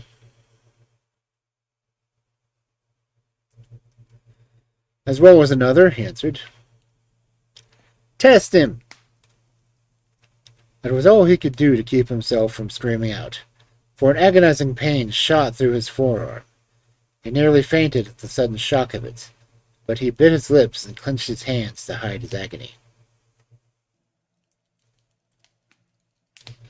"I can take more than that," he cried. This time there was a loud applause. A finer first appearance had never been made in the lodge. Hands clapped on the back, and the hood was plucked from his head. He stood blinking and smiling amid the congratulations of his brothers.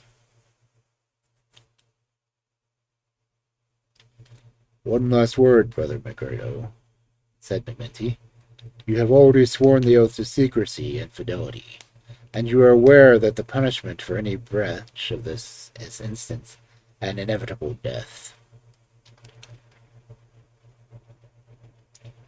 "I am." "And you accept the rule of the Bodymaster for the time being under all circumstances?"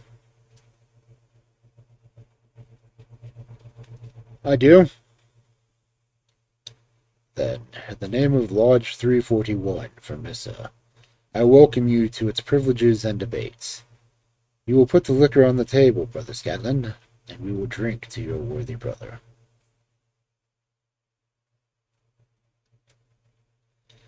McMurdo's coat had been brought to him, but before putting it on he examined his right arm, which still was smarted heavily. There on the flesh of the forearm was a clear-cut circle with a triangle within it, deep and red, as the branding iron had left it. One or two of his neighbors pulled up their sleeves and showed their own lodge marks. "We've all had it done," said one, "but not as brave as you ever were." "Tut, it was nothing," he said, "but it burned an egg like the same." When the drinks which followed the ceremony of initiation had been disposed of, and the business of the lodge proceeded, McMurdo, accustomed only to the prosaic performances of Chicago, he listened with open ears, and more surprised than he had ventured to show to what followed.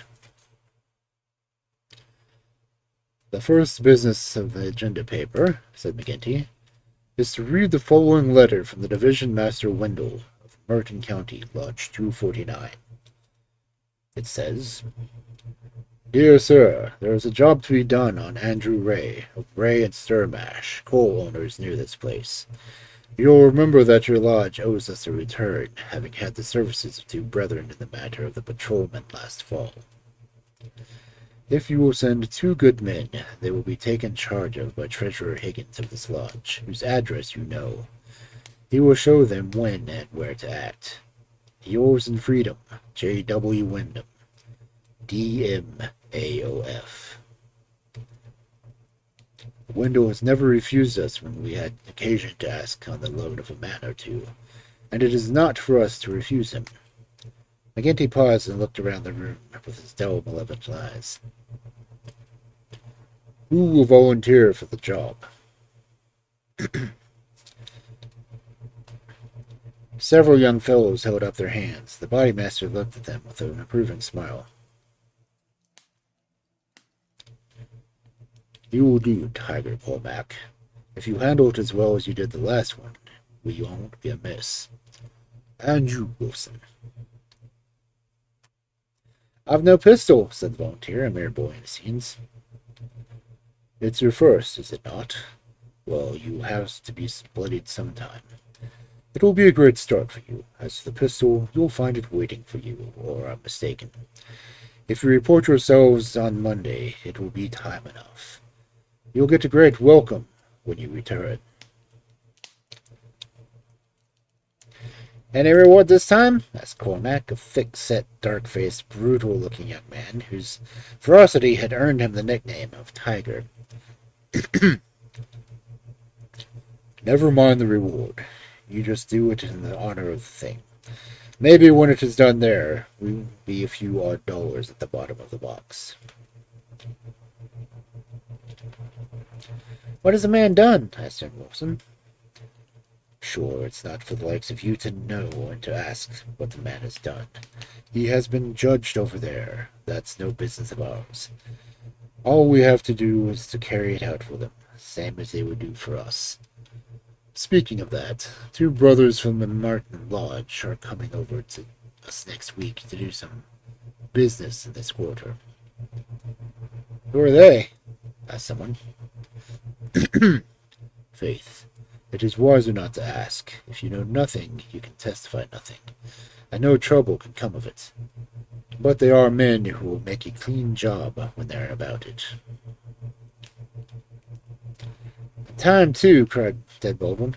Folk are getting out of hand in these parts. It was only last week that 3 of our men had turned off the foreman Laker.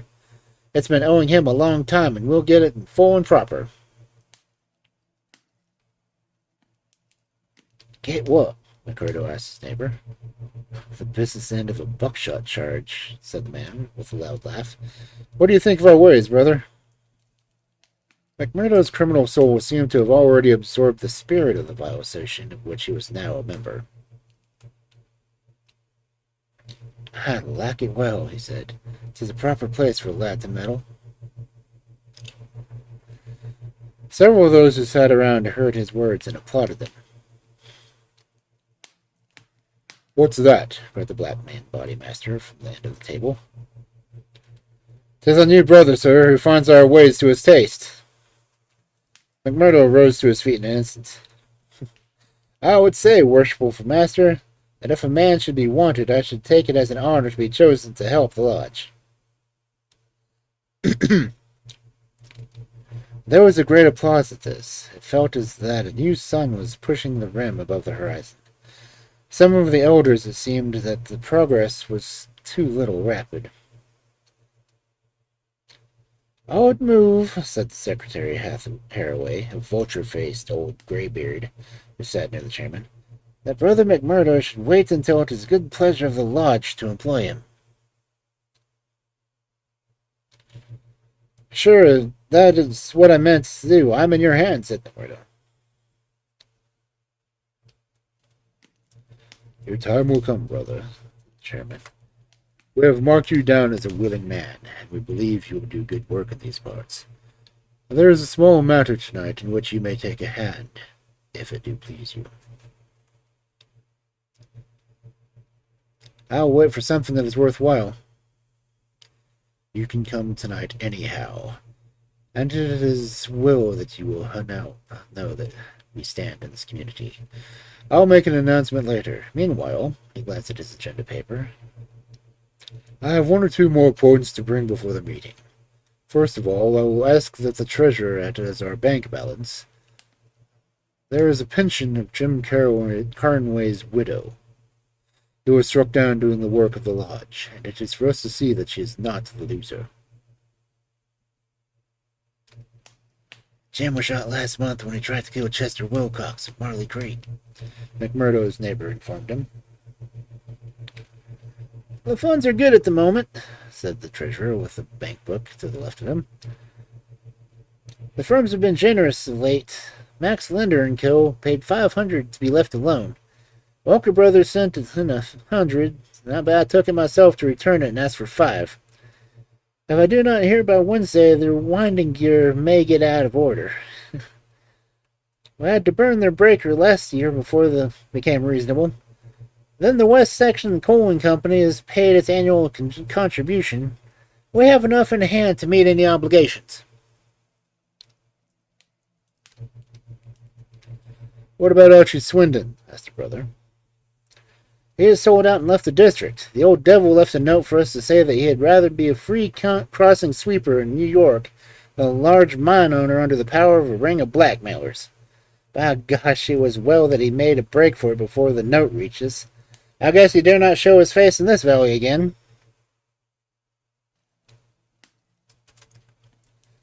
An elderly, clean-shaven man with a kindly face and a good brow rose from the end of the table which faced the chairman. Mr. Treasurer, he asked, may I ask who has brought the property of this man so that we have driven out of the district?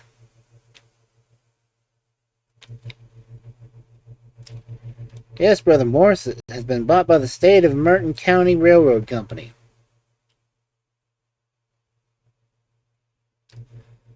And who bought the mines of Todman and Lee that came into the market the same way last year? Same company, Brother Morris.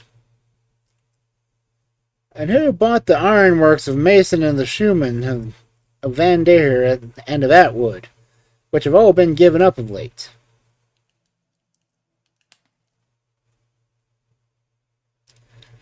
They were all bought by the West Gillerman General Mining Company.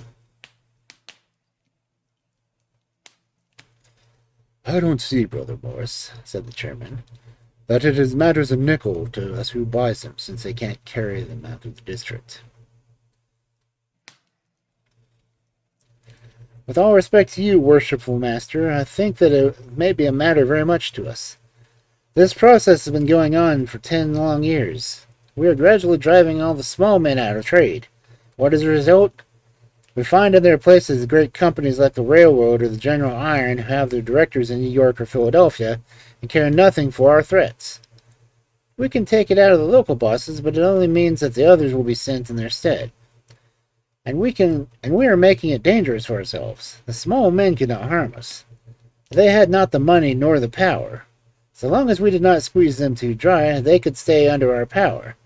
But if these big companies find that we stand between them and their profits, they will spare no pains and no expense to hunt us down and bring us to court.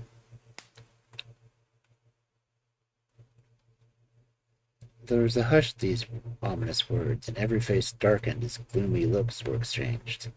The omnipotent and unchallenged as they had been, that very thought was there, the possible retribution in the background, had been banished from their minds. And yet the idea struck a chill into the most reckless of them.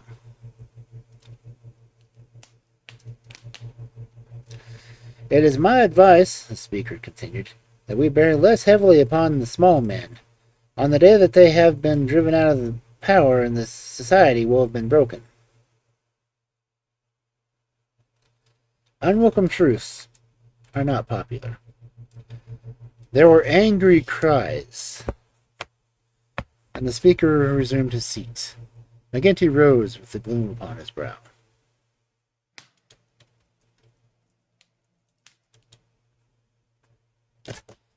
Brother Morris, he said, you were always a croaker. So long as the members of the lodge stand together, there is no power in the United States that can touch them. Sure, have we not tried it often enough in Lockwood's? I expect the big companies will find it easier to pay than to fight, same as the little companies do. And now, brethren, McGinty took off his black velvet cap and stole as he spoke. This lodge has finished its business for the evening, save for one small matter which may be mentioned when we are parting. The time has now come for the fraternal refreshment and for harmony.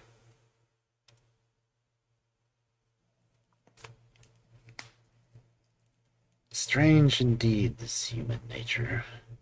Here were these men to whom murder was familiar, who again and again struck down the father of the family against some man who had no personal feeling, without one thought of compunction or of compassion for his weeping wife and helpless children. And yet the tender or pathetic in the music could move them to tears. McMurdo had a fine tenor voice, and if he had failed to gain the goodwill of the lodge before, it could no longer have been withheld after he had thrilled them with "I'm Sitting on the Stile, Mary," and "On the Banks of Valenwater." In his very first night, the new recruit had made himself one of the most popular of the brethren, marked already for advancements and for high office. There were other qualities indeed, however, besides those of good fellowship to make a worthy freeman, and of these he was given an example before the evening was over. The whiskey bottle had passed around many times, and the men were flushed and ripe for mischief, when their bodymaster rose once more to address them. Boys, he said, there's one man in this town that wants trimming up, and if it's for you to see that he gets it. I'm speaking of James Strangler, of the Herald. You've seen how he's been opening his mouth against us.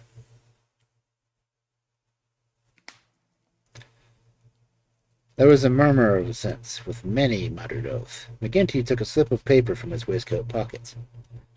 Law and order, that's how he reads it. Reign of terror in the coal and iron district. 12 years have now elapsed since the first assassinations which proved the existence of criminal organization in our midst.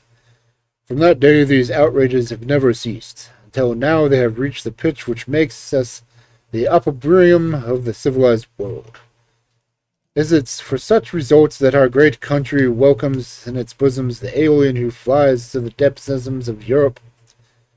Is it that they shall themselves become tyrants over the very men who have given them shelter, and in the state of terrorism and lawlessness should be established under the very shadow of the sacred folds of the starry flag of freedom, which would raise horror in the minds if we read it of the existing order under the effeminate monarchy of the East?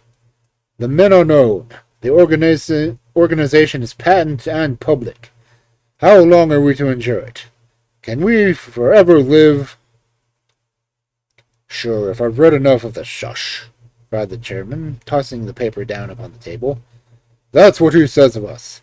The question I'm asking you is, what shall we say to him? Kill him! Cried a dozen fierce voices. I protest against that, said Brother Morris, the man of the good brow and shaven face. I tell you, brethren, that our hand is too heavy in this valley, and that there will come a point where, in self-defense, every man will unite to crush us out. James Stranger is an old man. He is respected in the township and the district. His paper stands for all that is solid in the valley. If that man is struck down, there will be a stir through the states that will only end with our destruction. And how would they bring about this destruction, Mr. Standback? Cried McGinty. Is it by the police? Sure, half of them are on our pay, and half of them are afraid of us. Or is it by the law courts and the judge? Haven't we tried that before? And what ever became of that? There's a Judge Lynch that might try the case, said Brother Morris. A general shout of anger greeted the suggestion. I have but to raise my finger, cried McGinty, and I could put 200 men in this town that could clear it out from end to end. Then suddenly raising his voice and bending his huge black brows in a terrible frown. See how, Brother Morris, I have my eye on you and have had for some time. You've no heart yourself, and you try to take the heart of others. It will be an ill day for you, Brother Morris, when your own name comes on our agenda paper, and I'm thinking that it's there that I ought to place it. Morris had turned a deadly pale, and his knees seemed to give way under him as he fell back into his chair. He raised his glass in a trembling hand and drank before he could answer. I apologize, worshipful master, to you and to every brother in this lodge if I have said more than I should. I am a faithful member, you all know that, and it is my fear lest evil come to the lodge which makes me speak in anxious words. But I have greater trust in your judgment than my own, worshipful master, and I promise you that I will not offend again. The Bodymaster's scowl relaxed as he listened to the humble words. Very good, Brother Morris. It's myself that ought to be sorry if there were needful to give you a lesson. But as so long as I am in this chair, we shall be a united lodge in word and in deed. And now, boys, he continued, looking around the room, I'll say this much, that if Stranger got his full deserts, there would be no more trouble than we need ask for. These editors hang together, and every journal in the state would be crying out for police and troops. But I guess you can give him a pretty severe warning. Will you fix it, Brother Baldwin? Sure, said the young man eagerly. How many will you take? half a dozen, and 2 to guard the door.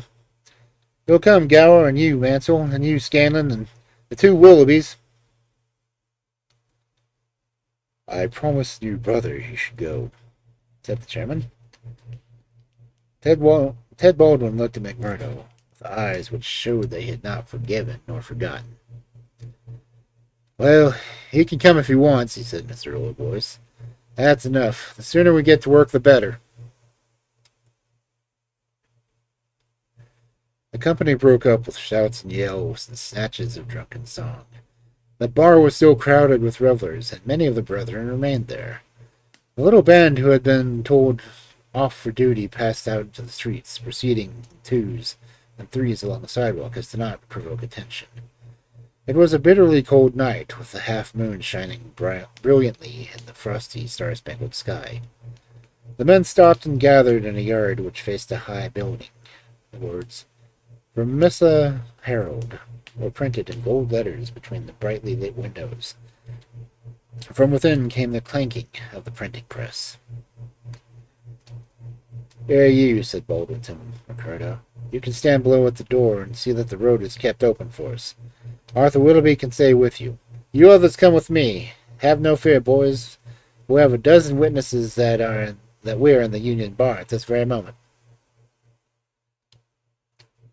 It was nearly midnight, and the street was deserted save for 1 or 2 revelers upon their way home. The party crossed the road, and pushing open the door of the newspaper office, Baldwin and his men rushed in and up the stair which faced them. McCurdo and another remained below. From the room above came a shout, a cry for help, and then a sudden trampling of feet and falling chairs. An instant later, a gray-haired man rushed out into the landing. He was seized before he could get further, and his spectacles came tinkling down at Mercado's feet. There was a thud and a groan. He was on his face, and a half-dozen sticks were clattering together as they fell upon him. He writhed, and his long, thin limbs quivered under the blows. The others ceased at last, but Baldwin, his cruel face set with an infernal smile, was hacking at the man's head, which he vainly endeavored to defend with his arms. His white hair was dabbed with patches of blood. Baldwin was still stooping over the victim, putting in short, vicious blows whenever he could see a part exposed. And when Murdo dashed up the stairs and pushed him back, "You killed the man," he said. "Drop it." Baldwin looked at him in amazement. "Curse you!" he sighed. "Who are you to fear? You that are new to the lodge. Stand back!" He raised his stick, but McMurdo had his hand whipped his pistol out of his hip pocket. "Stand back yourself," he cried, "or I'll blow your face as if you lay a hand on me. As to the lodge, wasn't it the order of the Bodymaster that the man was not to be killed? And what are you doing but killing him?" "It's truth, he says," remarked one of the men. "By gosh, you'd best hurry yourselves," cried the man below. "The windows are lighting up, and you'll have the whole township on your back in 5 minutes." There was indeed the sound of shooting in the streets, and the little group of compositors and typesetters was forming in the hall below, and nerving itself into action. Leaving the limp and motionless body of the editor at the head of the stair, the criminals rushed down and made their way swiftly along the street. Having reached the Union House, some of them mixed with the crowd in McGinty's saloon, whispering across the bar to the boss that the job had been well carried through. Others, and among them McMurdo, broke away to the side streets, and so by devious paths to their own homes.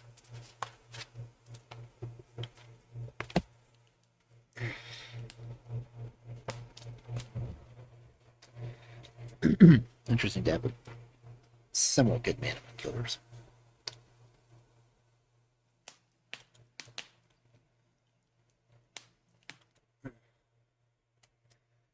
But anyway, it's already after 11. I've got to get this stuff trimmed up.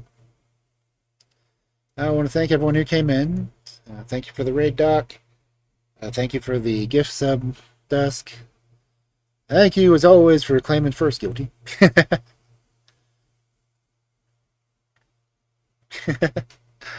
But let's see who's on to raid. I know Dusk went on. Let's see who else is on. Dusk is on. Daffy's still on.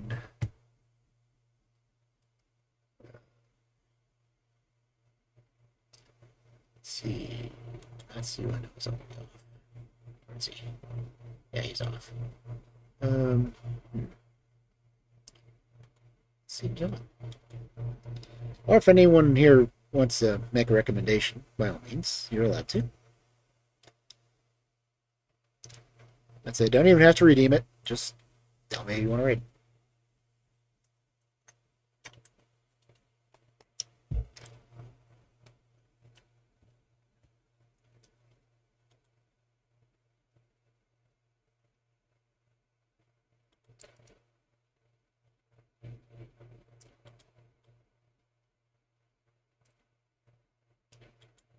Let's see. Is she actually listening and lurking? Hey, Dusk. Mind if I read you?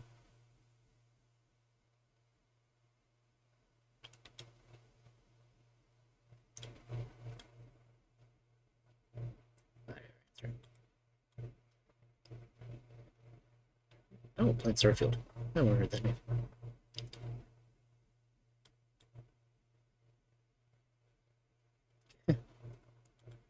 Who else is on?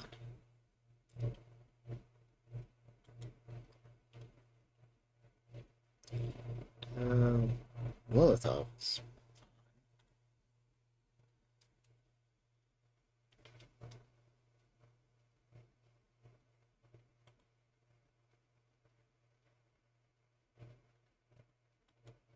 Oh, did I say that?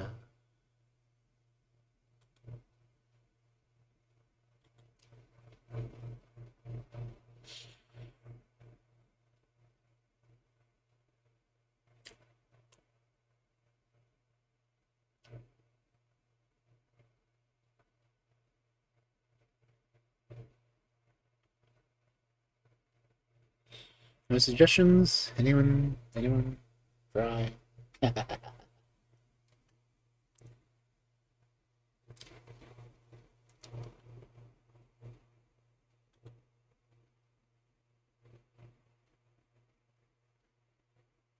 Course, also seem to be an ads.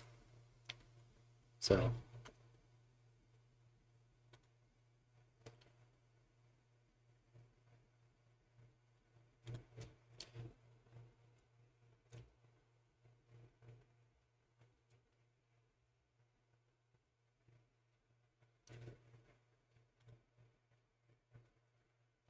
Okay, I kind of like the way that's option to the open room to check it, see if it's doing it. It's kind of cool.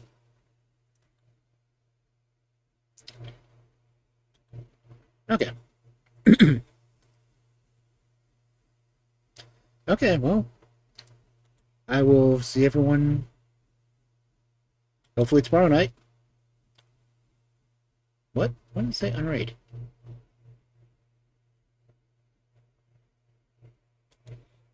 Just because I closed this thing? That's weird. Anyway.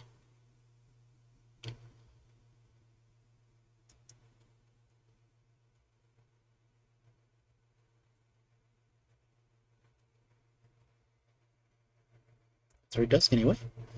If you are a follower, I do have the raid message. Follower. I do have the subscript. Can't type.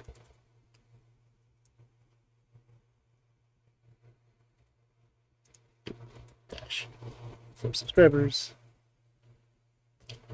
Use whichever one is appropriate, and I will see you over in Dusks. So have a good evening, good night, good morning, whichever it may be. And I will see you hopefully tomorrow. Night.